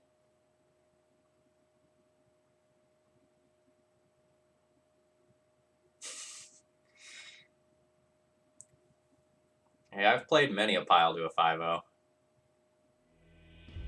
Alright, so... The basic mountain there is interesting. My opponent is probably showing, Sneak and Show featuring Sneak Attack as well. Don't know 100% sure, but it's pretty likely. So what am I doing with my life? I can really just consider boarding in my Emrakul and Progenitus just as other things that make their show and tell better.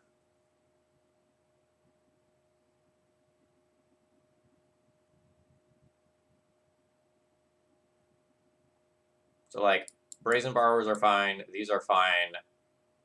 Ceratops isn't crazy, but I'm probably not going to do it. Champion's fine. Caracas is okay, but, I might want to just Living Wish for it instead. So, I probably want to leave one Brazen Borrower and one Living Wish as in the board as targets.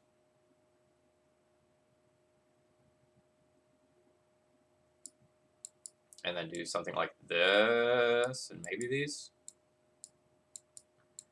My Trinispheres are definitely worse on the draw versus show and tell. I think they're very, very, very good on the play, but on the draw, it's super awkward. It's still probably good enough. But I'm not exactly sure what my cuts here are.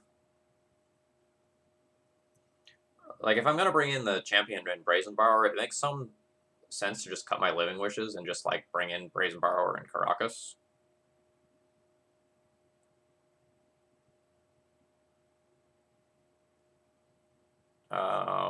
This is, like, really weird boarding.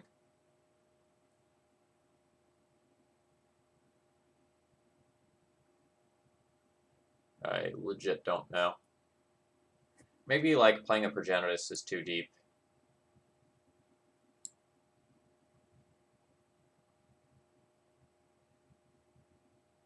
The Trinispheres are still probably fine due to Omniscience, which is, like, something that my opponent is going to want to do. So, like, maybe I leave, like, a Fatty and Enabler in the sideboard, and then I have, like, a pretty good Wish package. And I will cut one Living Wish and one Trinisphere.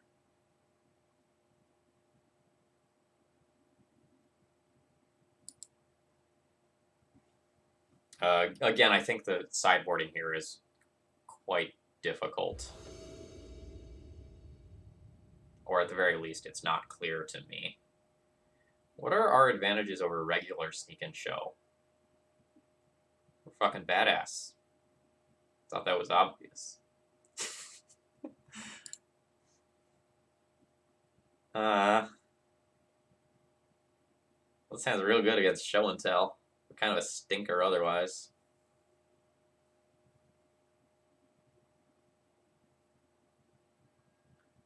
Opponent has mulligan to 5 cards. I still think I'm going to ship this one despite it having our 1 of Emrakul. I don't think this is a safe keep. It's so bad if I miss on my second land drop. God, speaking of so bad, we're going to 4.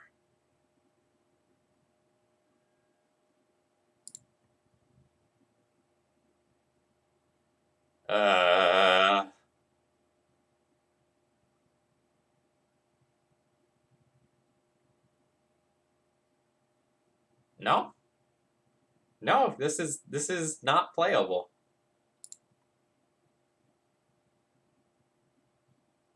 I will keep 3 of these.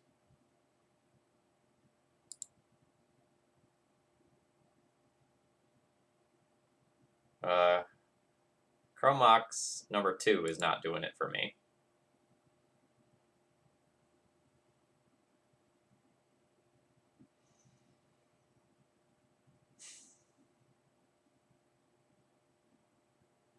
Arcane Artisan is not doing it for me. And Transfer is not doing it for me. And then the last one's hard. I think I pitched the Chromox and hope to spike another land.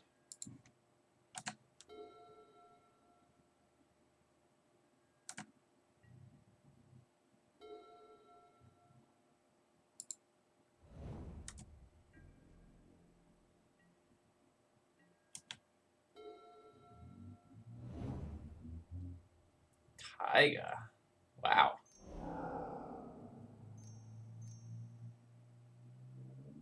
Whoa. Hypergenesis. I did not know this was coming. Well, if I knew that was coming, I would have kept some of those other hands that involved Emrakuls and Grizzle Barens.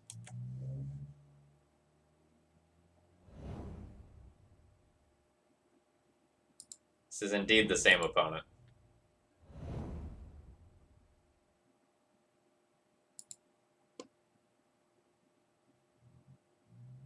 Yeah, my flyers don't get to attack. That card's very good against me.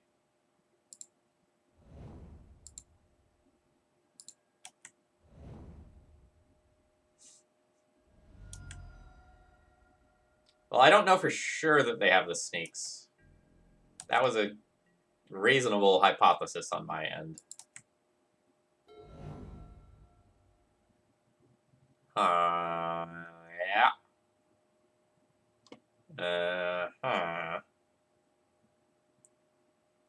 Alright. Alright.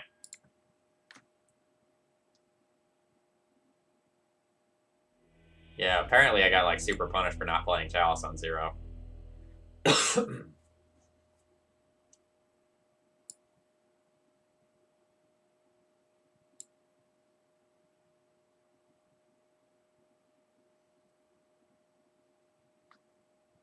Okay, so how does my boarding work now that I know that? I definitely want that other Trinisphere on the play. And I kind of want Progenitus. It doesn't fly. And I also kind of feel like I don't super have time for Living Wish anymore. So, like, what if I take out Living Wishes, put in Progenitus, put in a Brazen Borrower or a Caracas? I don't know, like, the Brazen Borrower is good if they just show and tell in a creature, but it's much, much, much, much, much worse against Hypergenesis.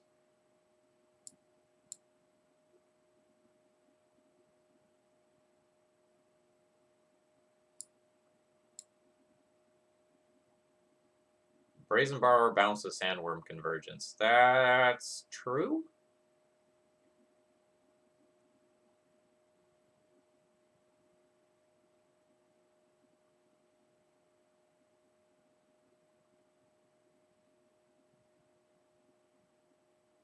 I don't know, maybe I'm not giving Living Wish the respect it needs, because I can, like, leave the Brazen Borrowers in the board and have the ability to Living Wish for them if push comes to shove.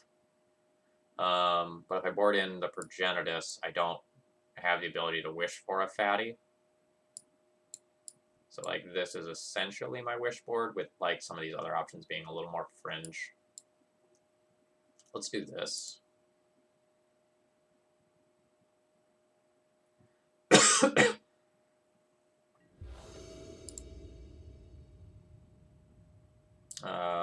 This hand does nothing quickly without a fatty in it. This is turn 1 Trinisphere.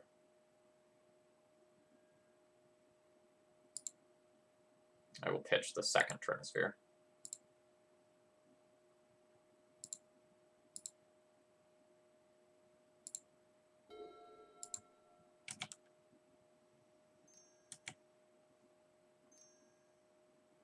I could also turn 1 Elvish Piper, but I think that's just like way, way, way worse than turn 1 Trinisphere.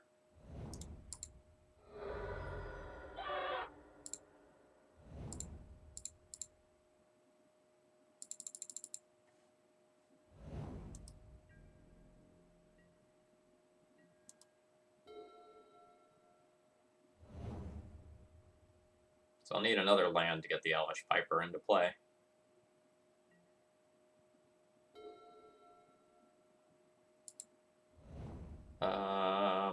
So this is uncounterable right now. Might as well cast it. Ah, no, that's fine. It's still probably uncounterable on my opponent's turn. And I don't even know that they would counter it if they could.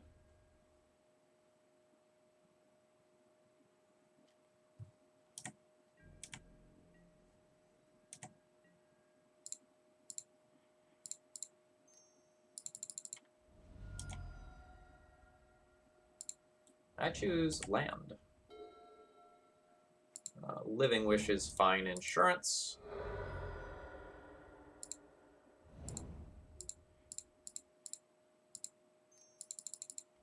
And Living Wish can get me Elvish Piper as well.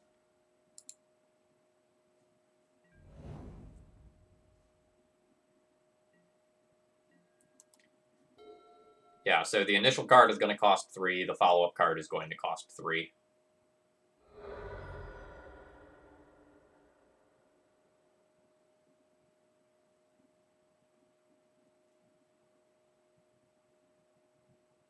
So I'm most scared of Show and Tell, Omniscience, Emrakul. That just actually kills me. What the fuck is this? Alright, look at the top 5 cards of your library. You can reveal a creature card from among them and put it into your hand. My opponent got a Spirit Guide.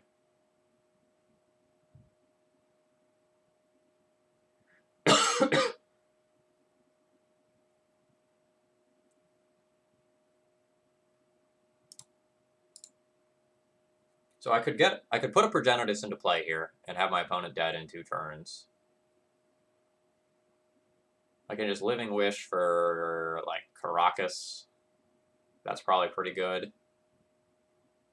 Like, I get a Chancellor of the Tangle this turn, and I do something else. I think that something else is get the Caracas into play.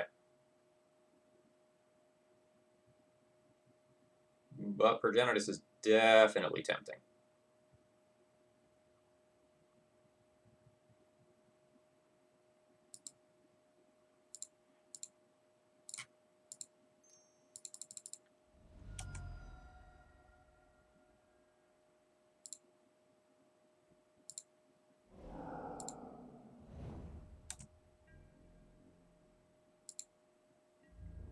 See if I get bit in the butt by not putting something in on my turn with some card like Sudden Shock.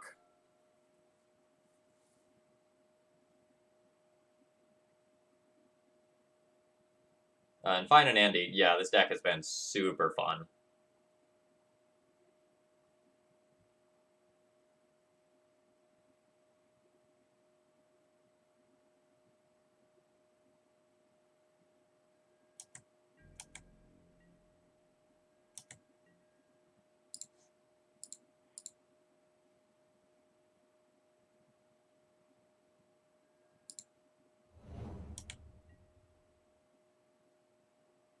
Opponent has to discard here. Discarding a Violent Outburst, which is very bad against Trinisphere, makes sense.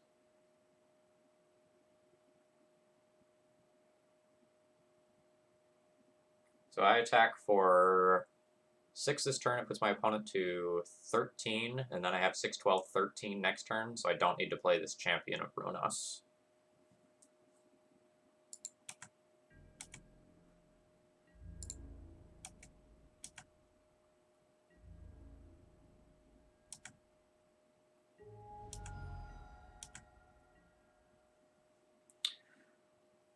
So I think I'm supposed to play another Trinisphere instead of the Champion of Ronas, since I already have lethal next turn.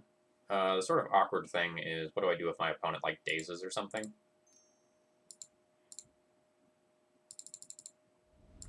Because paying with either of my mana is super awkward for me. The Trinisphere doesn't really do anything if my opponent has, like, Echoing Truth as their answer to Trinisphere. But if they have something like a Braid, then it's very much the real deal.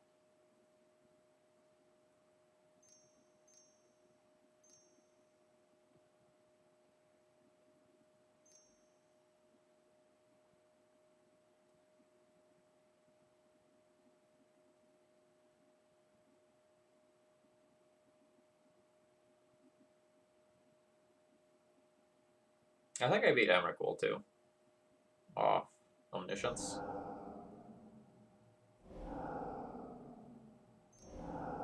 That is a lot of mana. Anything could happen here. Oh! Just 6 mana going for the old Hypergenesis. Okay. I did not expect triple Spirit Guide. I'm gonna be honest with you about that. Okay, I don't have flyers, that's fine.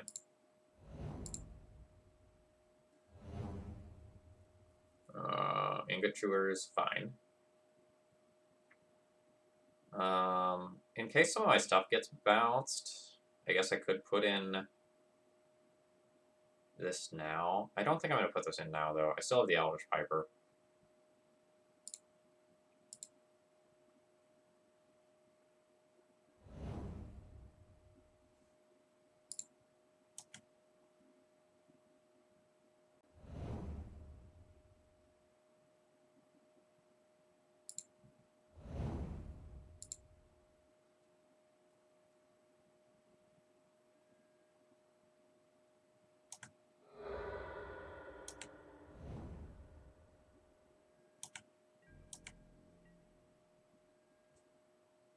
Yeah, Rorthar is legendary.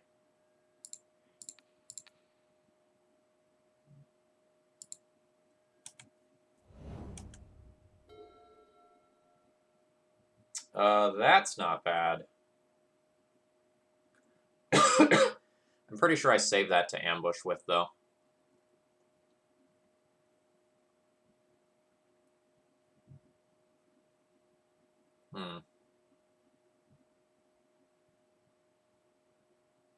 So I attack with 2 Chancellors. My opponent can double block and essentially trade a worm for one of them.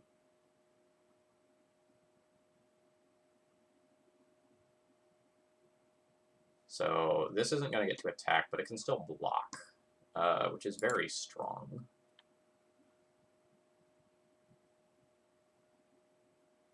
I guess the question is, like, am I exerting Champion Aronas to just put it in now? I think I do.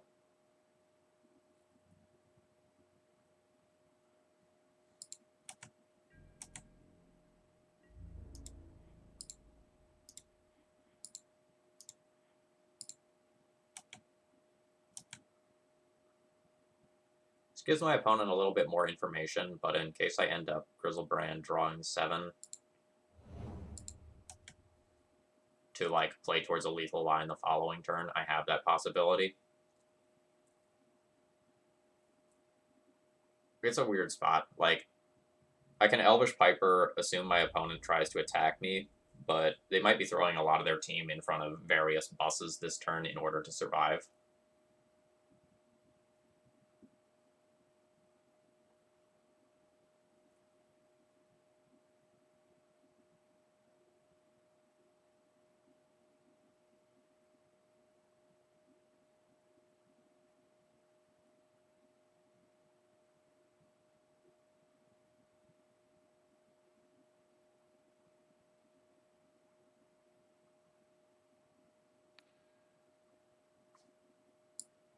So we want to be killing the worm here.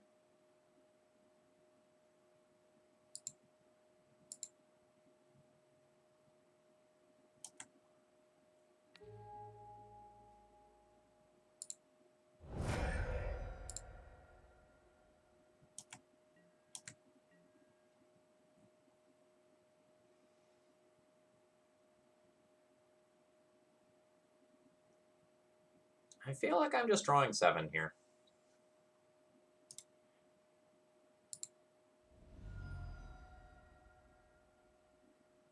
An Oko. That is certainly not bad.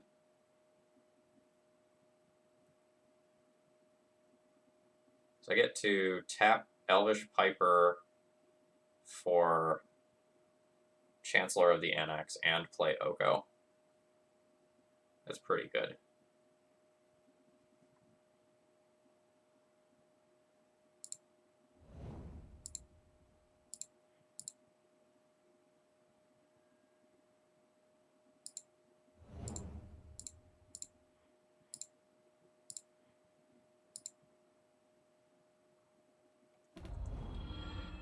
So the whole goal now is to just go wide of my opponent. I don't think the Chancellor's trigger matters, but turning this into a creature that can attack is probably important. So I'm going to go ahead and do that.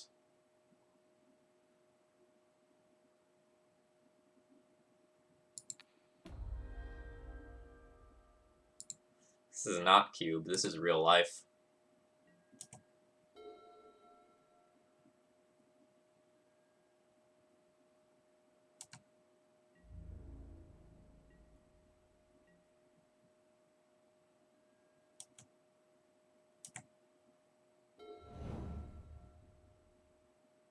So it can attack. Creatures with flying can't attack. So now I can attack with this 6/7 and this 3/3. I can also make another 3/3 if I want, which I think is just lethal, right? So hypothetically, if I turn Grizzlebrand or Trinisphere into an Elk, I send in a 6/7, 2 3/3s.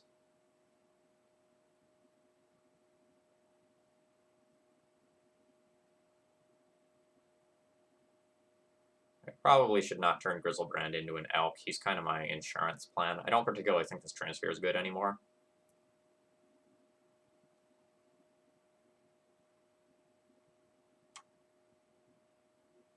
Wait, can I exchange? I can just exchange my Trinisphere for that worm. Let's do that.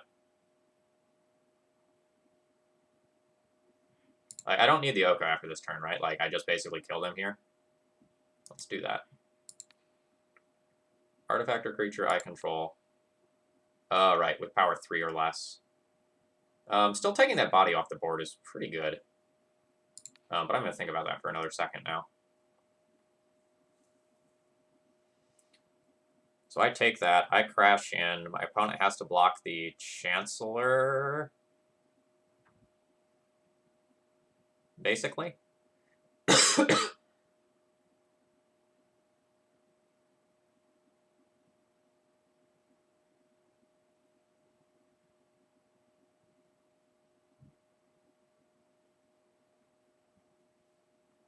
So they're not dead, but this is pretty darn good. Alright, so let's trade my Trinisphere for your Shardless Agent.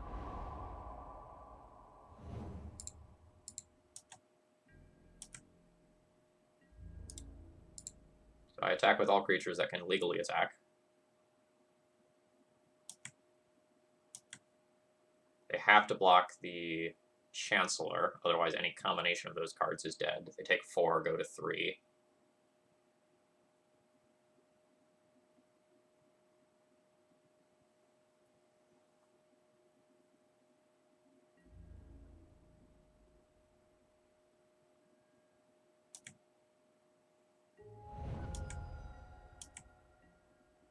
And now I get to decide like what I want to play around next. My opponent gets 1/5/5 at the next end step.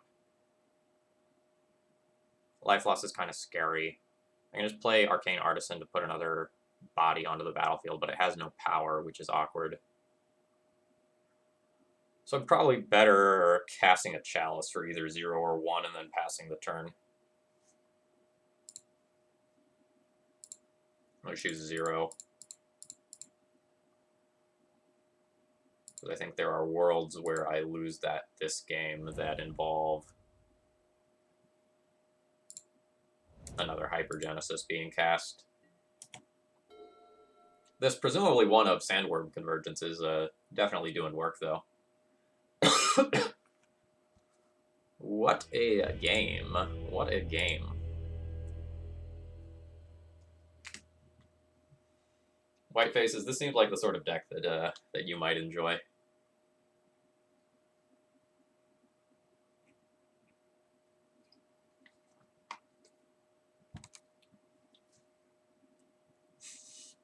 Well, there we go. I'm like 100% not surprised. I'm Connor. Thank you very much for following, as well as Pretty Lights fam. I missed you earlier. I hope you all are enjoying this content as much as I am. For anyone who wasn't here earlier, I was supposed to play Loam tonight. Like that was what was up next in the queue. And I just had a really long day at work between like the traditional stuff that I have to do, and we're also trying to like do a hiring process for a new Latin teacher for next year. And I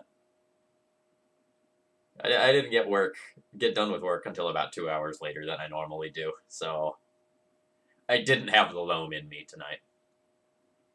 I work at a charter school called Thomas Jefferson Classical Academy in North Carolina. It is a really, really wonderful school. Yeah, this deck has been a lot of fun. The Delver matches with Rich Shea will be on Saturday at noon, noon Eastern time. So we're planning on meeting up at noon, and then as soon as we make sure audio is good to go and everything, we'll be playing through a league with Rug Delver. I'm really looking forward to it. Rich took down the super preliminary, super qualifier, whatever you want to call it, last week, and qualified for the Pro Tour playing Legacy, or whatever it's called. Pro Tour, Players Tour, Mythic something. He did it. He lived the dream. Yes, this year I am teaching entirely high school students. For the past 6 years, I was teaching mixed high school and middle school. But I love it. Job's great. Things are a little harder than normal right now, due to just everything going online due to our current pandemic situation. But I'm doing my best to make it work.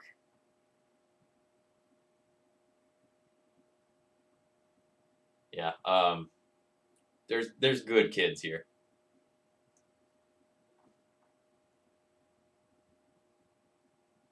How's that? Is that a good human smile? I've been told that's what they look like. Oh, yeah. Middle school Latin is very much a thing, mostly on the East Coast of the United States here. As you move further west in the U.S., there's less and less Latin. But out here, there's very much focus on college prep-based schools. So it's something to value a lot. So I don't have a disruptive piece here, but this is land imprint, probably one of the Elvish Pipers' living wish for progenitus.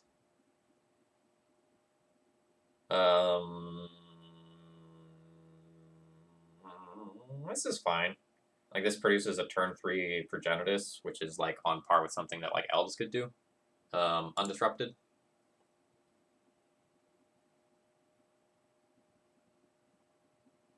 Oh, right, I have the Emmy in the sideboard. That's even better.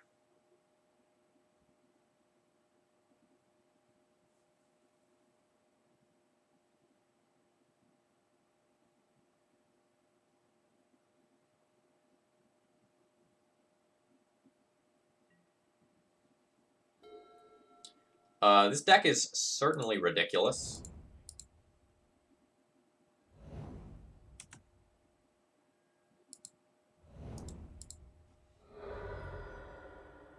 So this first one is actually going to get an island since I have already made green mana. And if my land next turn were to get stifled, I really want access to the blue mana for the Arcane Artisan. I get Emrakul. Your turn is the Tim. What will you do with your turn? I don't know that it's going to be cooler than my turn. My turn was pretty cool.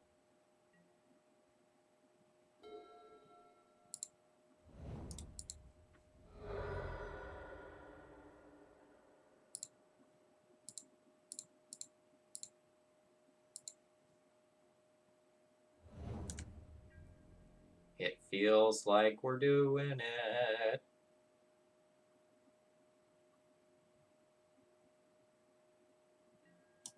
Feels like we're doing it. 3 toughness is super relevant here. Opponent could decay this. What a jerk. Alright, it still creates that trigger even though it hasn't created any tokens. And that trigger. Land. Land. Pretty sure it's not Cube. I have 2 Misty Rainforests. That's hard to do in Cube.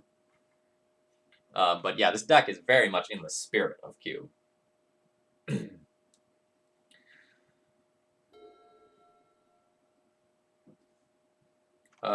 So now I probably just want to make a land drop with this Living Wish. I have 2 different enablers and a finisher in my hand already, so all I need to do is actually get there. And Caracas is a great way to work towards that. My opponent probably has Wastelands in their deck, whether they're some sort of land stack or just traditional 4-color loam instead of Oko loam, so I'm not guaranteed to just get there with this. Let's see. Do I support trans rights? Are trans people human beings? Yes. I support human rights, so yes. Doesn't really seem like it should be that hard of a question, but a lot of people get that one wrong. I got a red pen here, mark you wrong.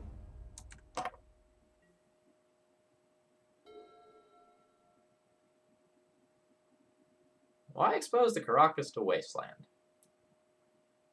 Harry, you bring up a good point.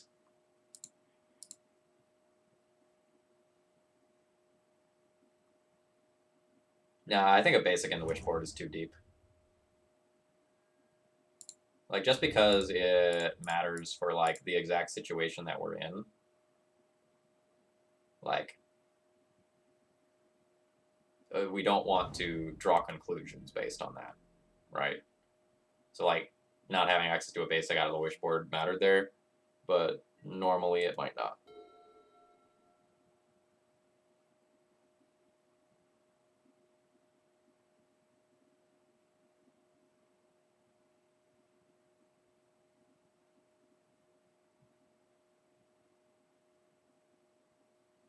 And, like, I also could have played around it, like, Harry the Lizard Wizard mentioned, by just, like, not playing out the Caracas. Could have just held it in hand.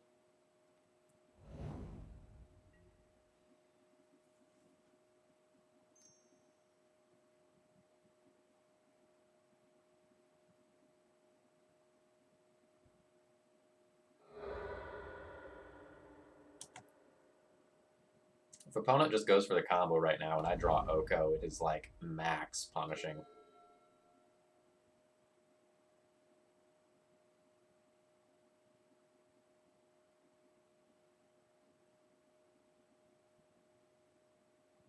Well, this is awkward.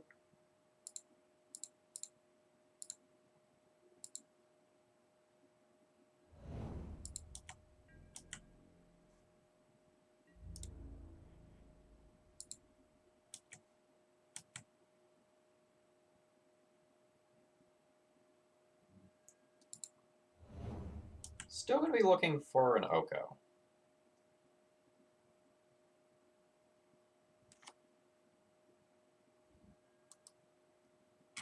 And it's going to super suck that we don't have Caracas to do weird, like, Emrakul bounce, redeploy scenarios.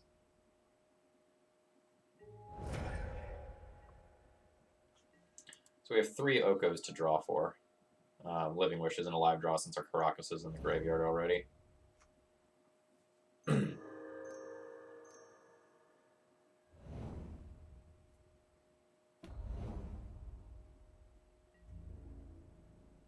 Oh, to have 1 more life. Oh, this shuffles our Caracas in, actually.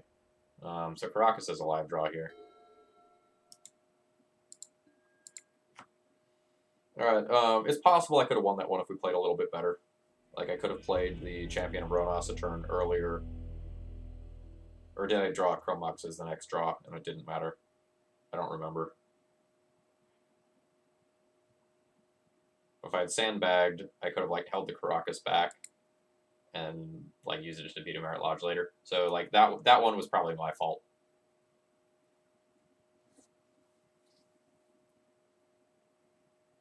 I don't know how much I'm actually going to sideboard in this matchup because of the Living Wishes specifically, and I think the Living Wishes are good here. Like, like Brazen Borrower, Fairy, Caracas are all very good wish targets, as are, in different instances, Emrakul, Progenitus, Champion of Ronas, and even, like, Collector Oof isn't crazy. I don't really think my Chalices and Transfers are great.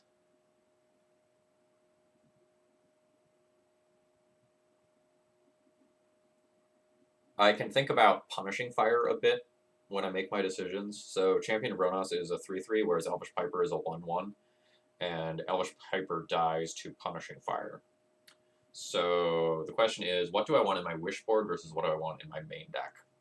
So if I board in the Champion of Ronas, I have 1 more thing in the main that lives through punishing fire, but then I can't Living Wish for something that lives through punishing fire. So life's kind of weird in that regard.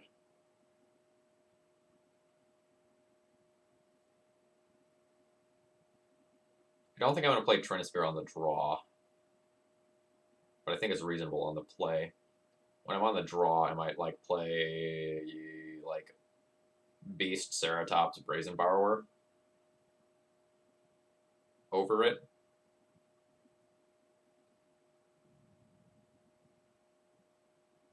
I don't know that I'm sideboarding a single card. Like, the Brazen Borrower is probably okay, but... So, like, this is an X3. Maybe I board out 1 Elvish Piper to bring in 1 Brazen Borrower and call that good. I think I'm going to call that good. It's also possible that like Elvish Piper is just like not going to make the cut because of Punishing Fire specifically.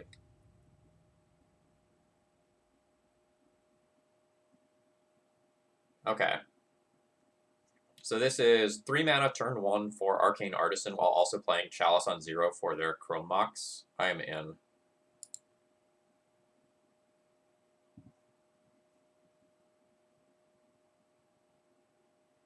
Thinking about this a touch more, it's slightly more awkward than I made it out to be. Because I can't activate Arcane Artisan on turn 2. But I still think it's correct to jam.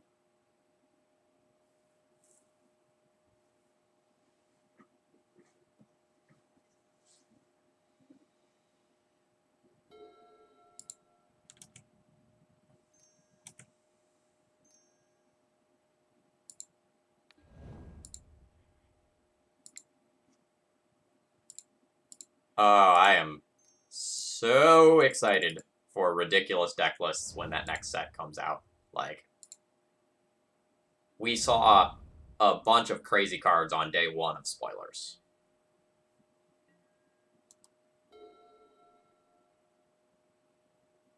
Which one's Lutri? Is that the 3 mana copy card?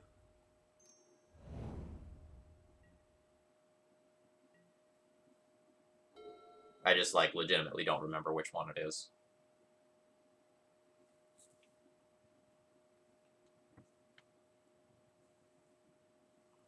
Okay. So, for the sake of my mana, I'm casting Living Wish this turn. But I don't know what I'm doing with it.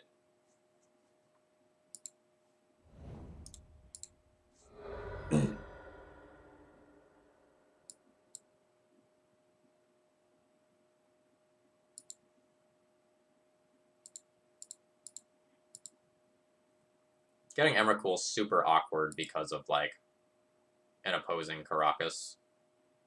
So I can either just get Karakas as another land, or I can just get the Progenitus protection from everything through you. I think I'm going to do that.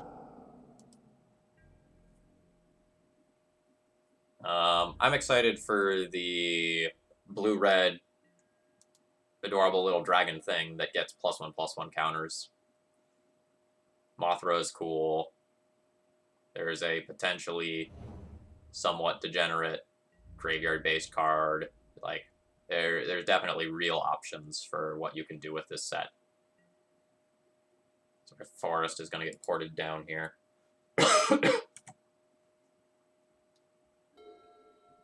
Nice. A Living Wish.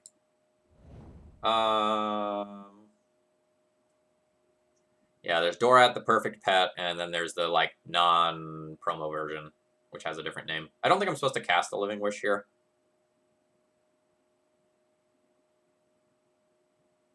Because if I do, I have to fetch Tropical Island, and then I open myself up to Wasteland Port. I guess I'm already opened up to Wasteland Port, though, so that doesn't matter.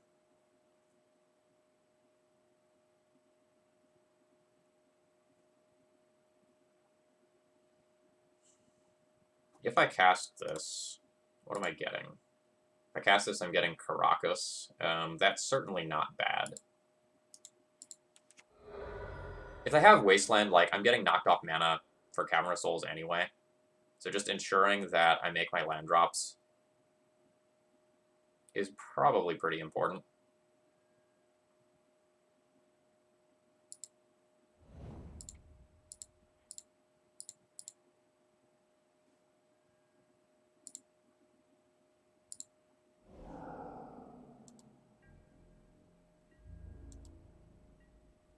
So if my opponent goes, like, Colored Land, Abrupt Decay, for example, like, just being able to hit another land drop is probably pretty important to work towards a Champion of Ronos.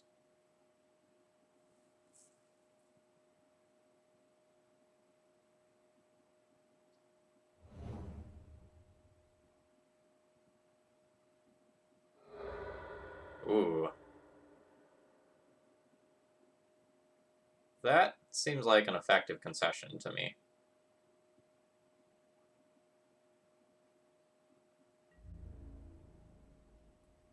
Like, I don't know how they beat this Progenitus that gets in play. Absolutely no block.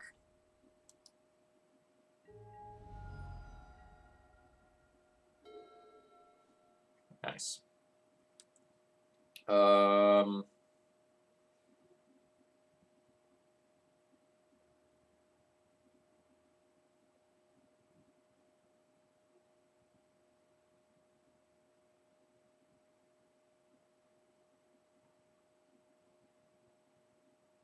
I don't think I have a reason to do this right now.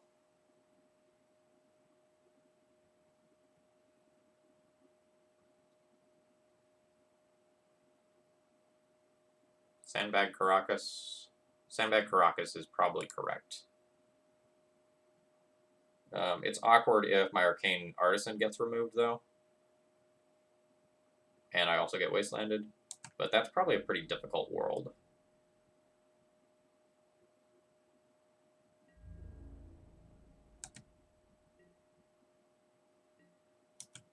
No, this is not a sorcery speed thing.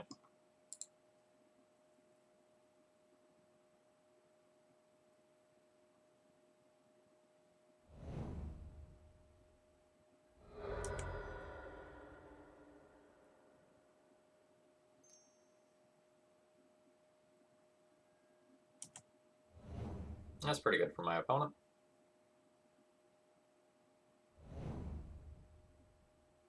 Progenitus may be legendary, but not in that way. Choose target player, me.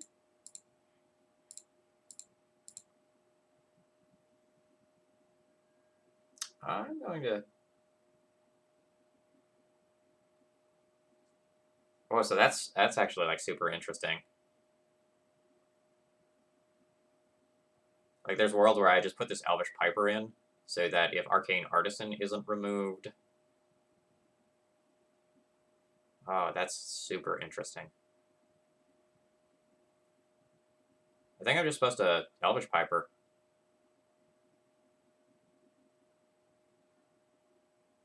It plays around my opponent's outs pretty well.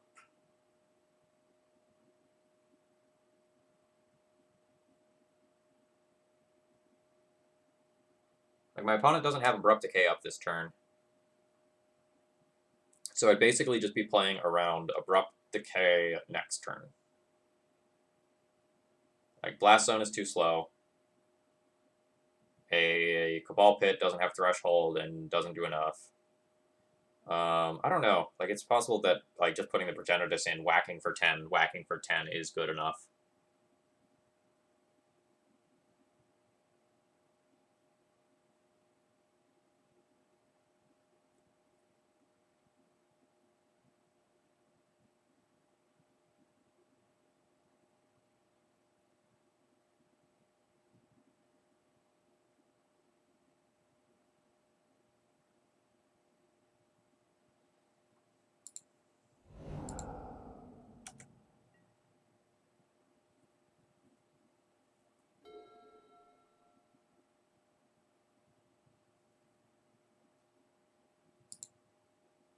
Lightning Greaves.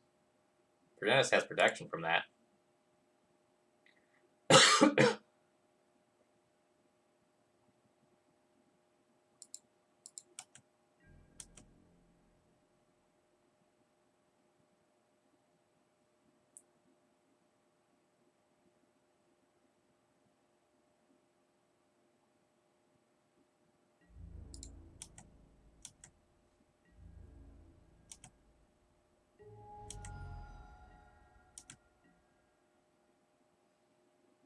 I don't think I can die to the combo right here.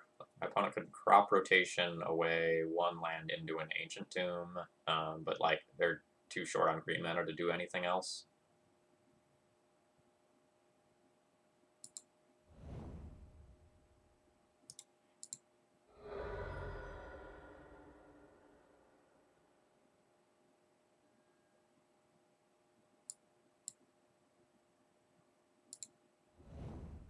So now I'm just going to play something that sticks around for the worlds where the Piper actually dies. This can let me cheat a Chancellor into play.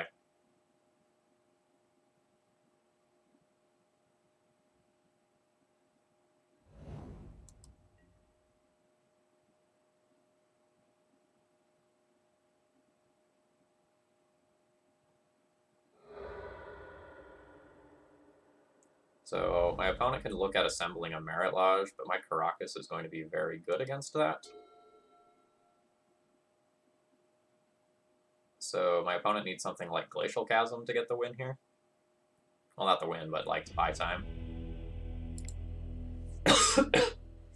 Okay, on the draw, I don't really think my Trinispheres are particularly good.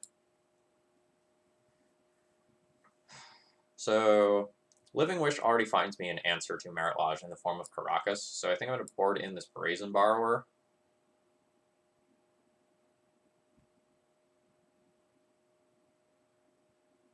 Yeah, Progenitus was pretty good there.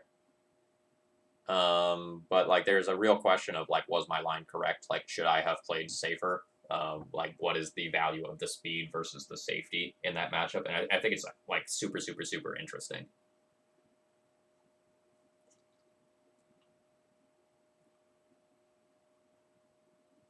So if I board out my Trinispheres like I intend on doing,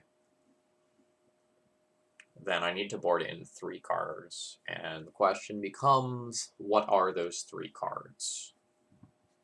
I'm okay with the Elvish Piper coming back in, even though it's softer to Punishing Fire. And then it could just be 2 Shifting Ceratops to just have something that clocks our opponent. I think that's reasonable. I think I want to leave the champion in the board to have something to wish for. So like this lets me wish for 2 very different fatties, an enabler, an answer to Merit Lodge, and a generic body. Chalice on 0 stops their Mox Diamonds. The Chalices are also much worse on the draw, and would probably end up going on either 1 or 2 on the draw. 2's a little awkward for me, though, due to Living Wish and Once Upon a Time. So probably 1 for crop rotation when I'm on the draw.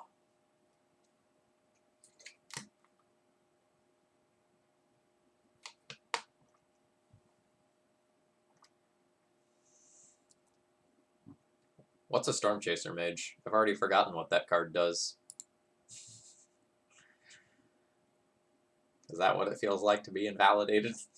I think that's what it feels like.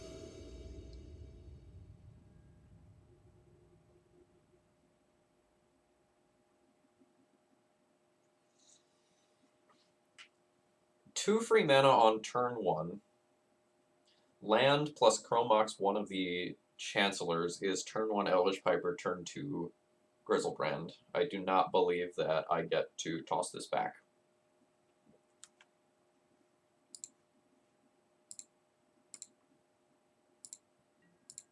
It is admittedly a fragile hand, but it is quite powerful.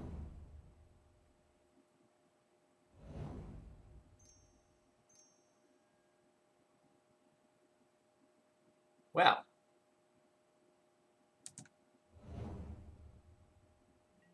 that's going to do things to me.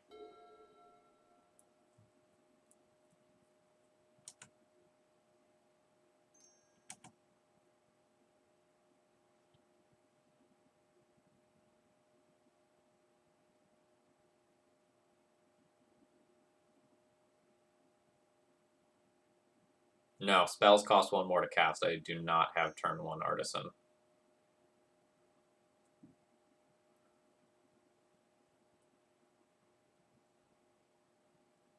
I have turn 2 Artisan. Probably not due to port, actually. Maybe.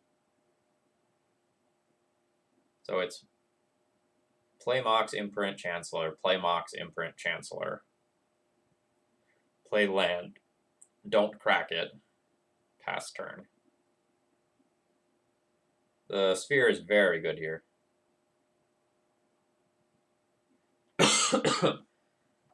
Did not account for sphere of resistance in mental math for my turns.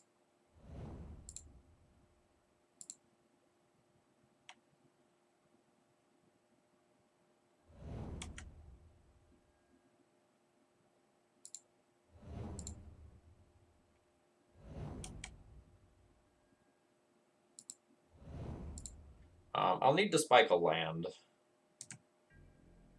But this sphere potentially is very awkward for my opponent as well.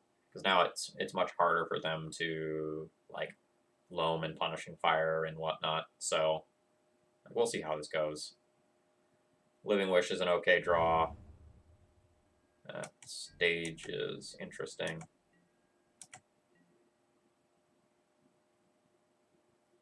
I think you're 100% supposed to port in the upkeep to make me make a decision about this Misty Rainforest here.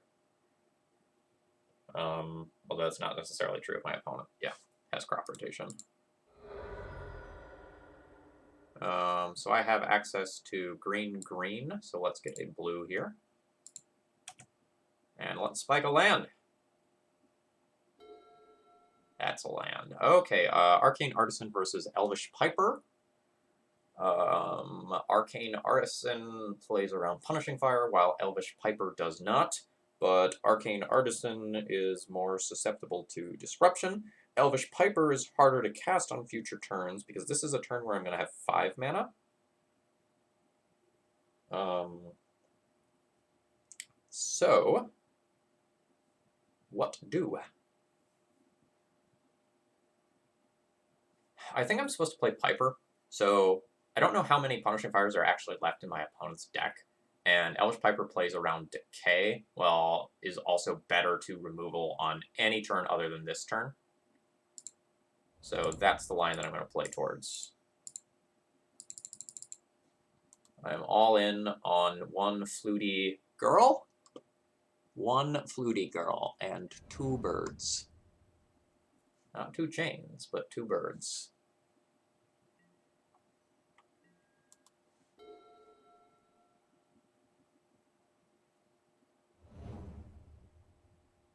Okay, so like there's a great reason to go for Piper over Artisan. Opponent doesn't have Decay mana this turn. Oh yeah. So if I Piper now, draw 7, I have plenty of things that I would want to play, so I am going to do so.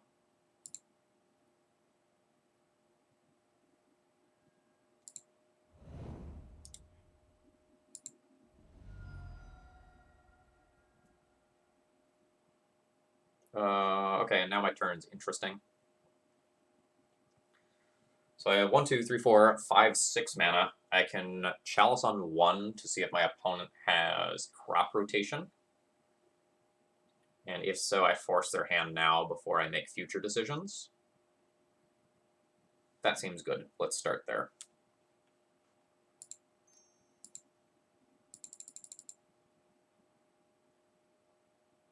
Sphere of Resistance. So I can cast Chalice on 1 for X equals 3.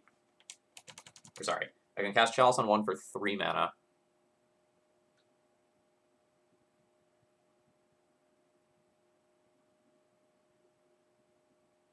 And then I have 3 mana remaining, which would only let me cast another Chalice of the Void. So for 5 mana instead, I could play a Champion of Ronas, and that puts another body onto the battlefield the next turn, potentially, while also allowing me to go wider of my opponent.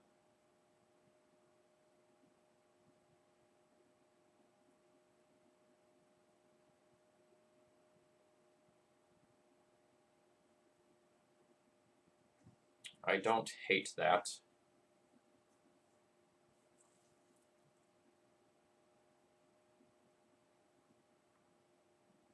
I lose this City of Traders, and my life total is a little low. I think it's better than like playing Arcane Artisan or just like slamming Chalices into play. The Chalices feel awkward at this stage of the game.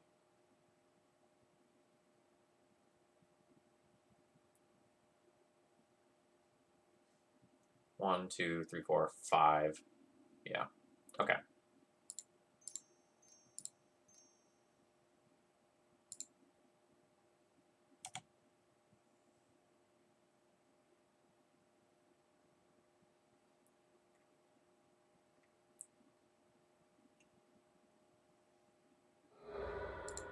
Because if opponent has a crop rotation, they just like cast at end of turn. I shouldn't F6 there. They just cast at end of turn or in response to me casting the Chalice. And if the chalice is the only thing I can do for the entire turn, life seems awkward.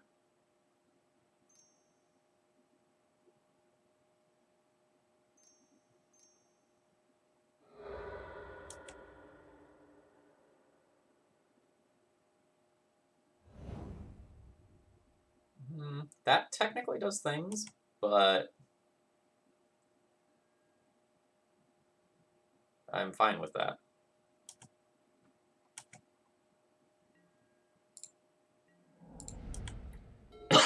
Like, I have a Chancellor in my hand. And I can keep putting this Grizzlebrand into play for 1 mana every turn.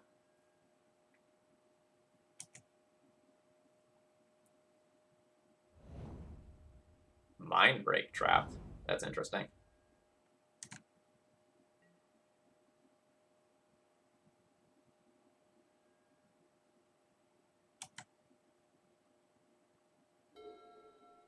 Another Piper. Yeah, that's fine. Maybe not ideal, but fine.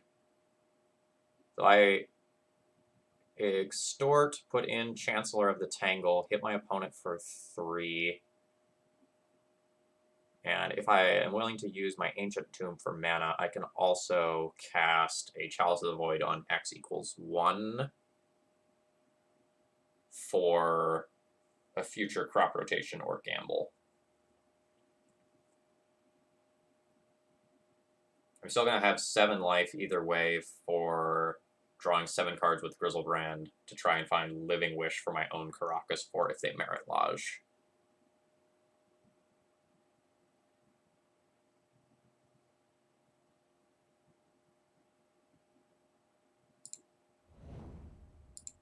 This costs 3 mana. 1, 2, 3.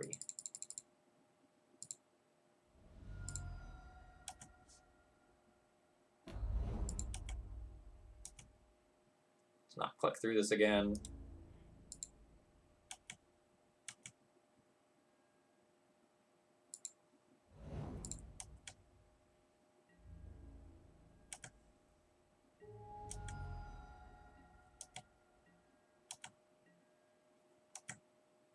We've also effectively, like, Rashadan ported their Caracas due to my own Grizzlebrand.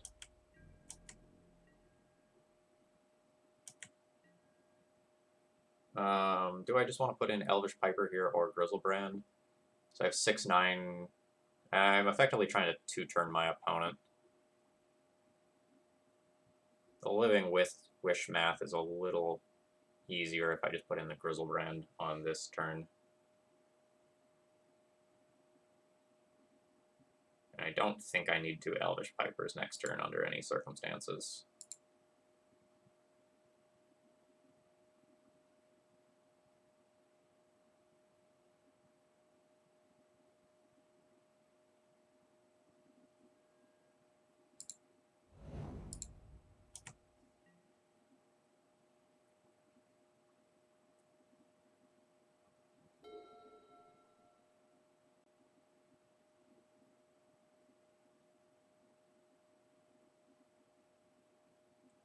And I guess I want to draw my 7 pre-combat. Because playing the Caracas now is pretty good. My opponent's Wasteland is super awkward for me, actually.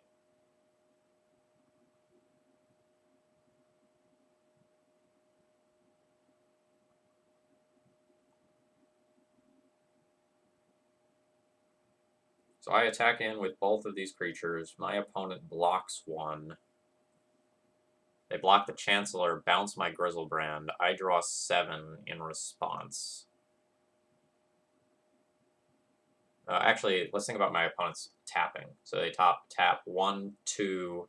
So they tap like Port, Mox Diamond, Stage, Copy, Depths. They still hold up these 2.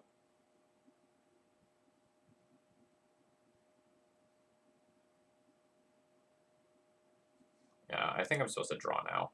And just, like, increase the options that I have. Like, let me know whether or not I have an Oko. Oh god, Brazen Borrower is so clutch.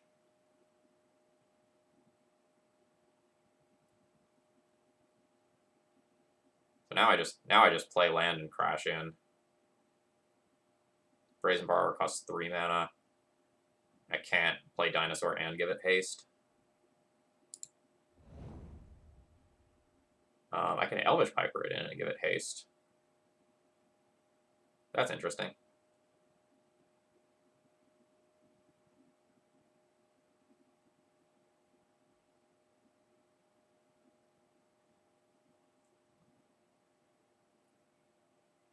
So I'm not getting lethal this turn regardless.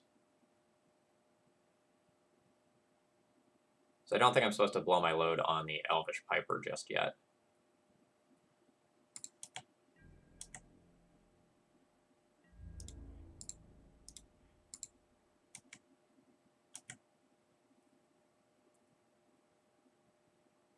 Like, there's cute lines that involve Chancellor of the Annex or Shifting Ceratops coming into play now.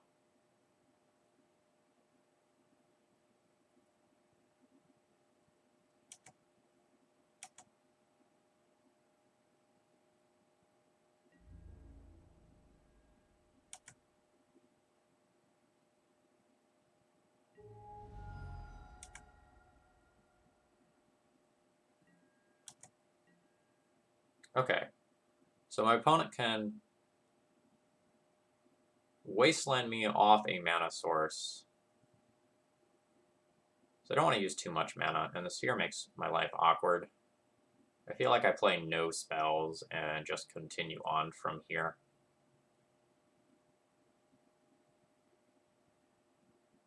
Because, like, they're going to basically tap out for this, and then I just Brazen Borrower it and win.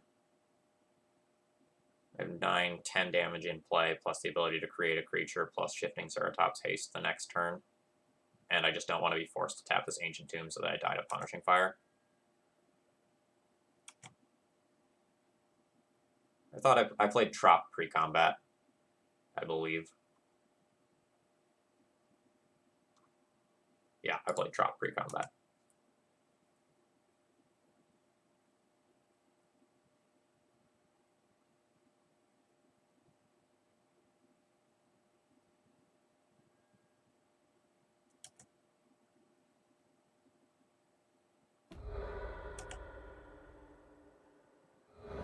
You have created a monster. I commend you.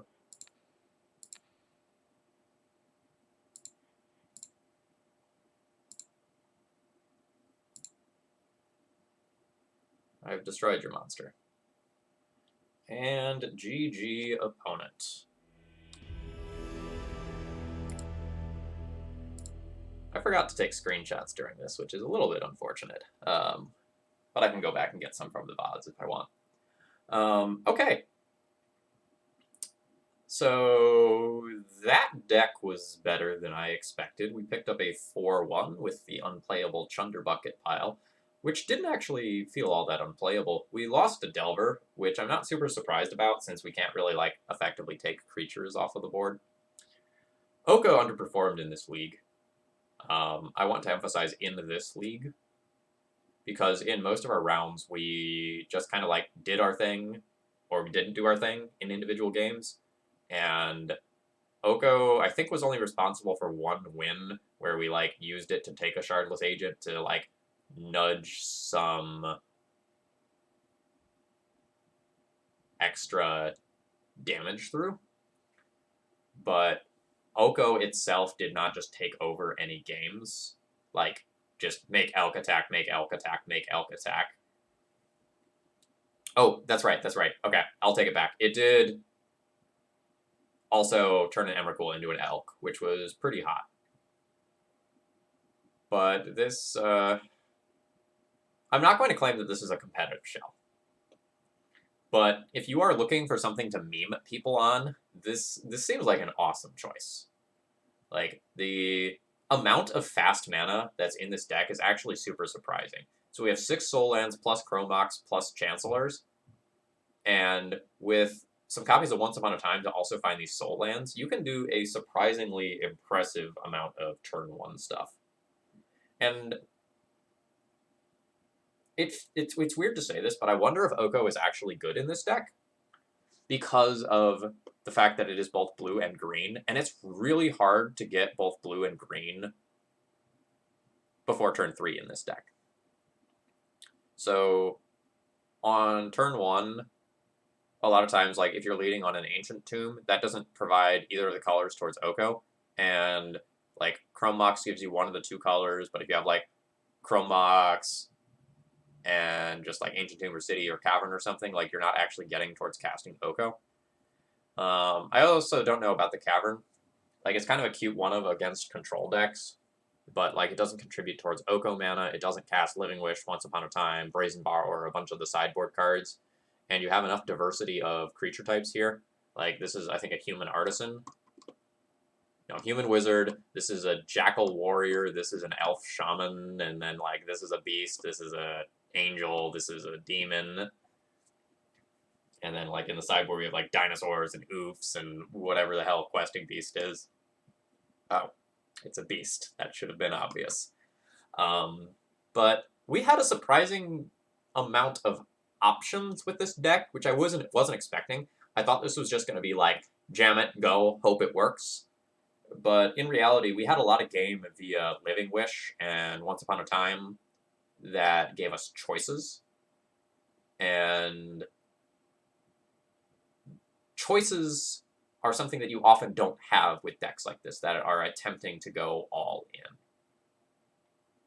Alright folks, I hope you have enjoyed this. If you do, please consider supporting my content in some way in the future. We are now sitting at, I think, the 50% mark. We're 5 of my 10 subs towards the next goal, where me and the Discord community are going to attempt to brew a new Legacy deck around some card. Maybe we'll end up picking something from Ikoria, maybe we'll pick something that other people have suggested, like Suppression Field. I'll see what the people who are active in the Discord community are. I'm just going to throw that command in the chat here. So if you are one of my subs and you have Discord and you want to get involved, please click that link and check out the For Viewers section in order to get everything rolling there. YouTube folks, if you have made it this far, I will put the link to that exact same thing in the YouTube description for this video and the video for the next couple of things, in case you want to subscribe to my channel on Twitch and then get involved in that way. I'm going to turn you over to some hot goblin action. Maybe it'll be like some goblins on Oko. I find that pretty likely. I'm going to turn you over to Goblin Lackey 1, and I hope that you'll join me on Saturday at about noon Eastern Time for a stream with Rich Callie. And I believe my next podcast episode will be coming out pretty soon as well, so watch out for a new episode of Eternal Glory. I really enjoyed recording the last one. He's actually Modern Horizon drafting. Ugh, veto that. I'm going to turn you over to the Legacy Pit then. They, I think, only do one thing. /raid the Legacy Pit. Yes, this is Unplayable Chunderbucket on the source if you want to go and check it out. Good night, folks. I hope you enjoyed this. I certainly did.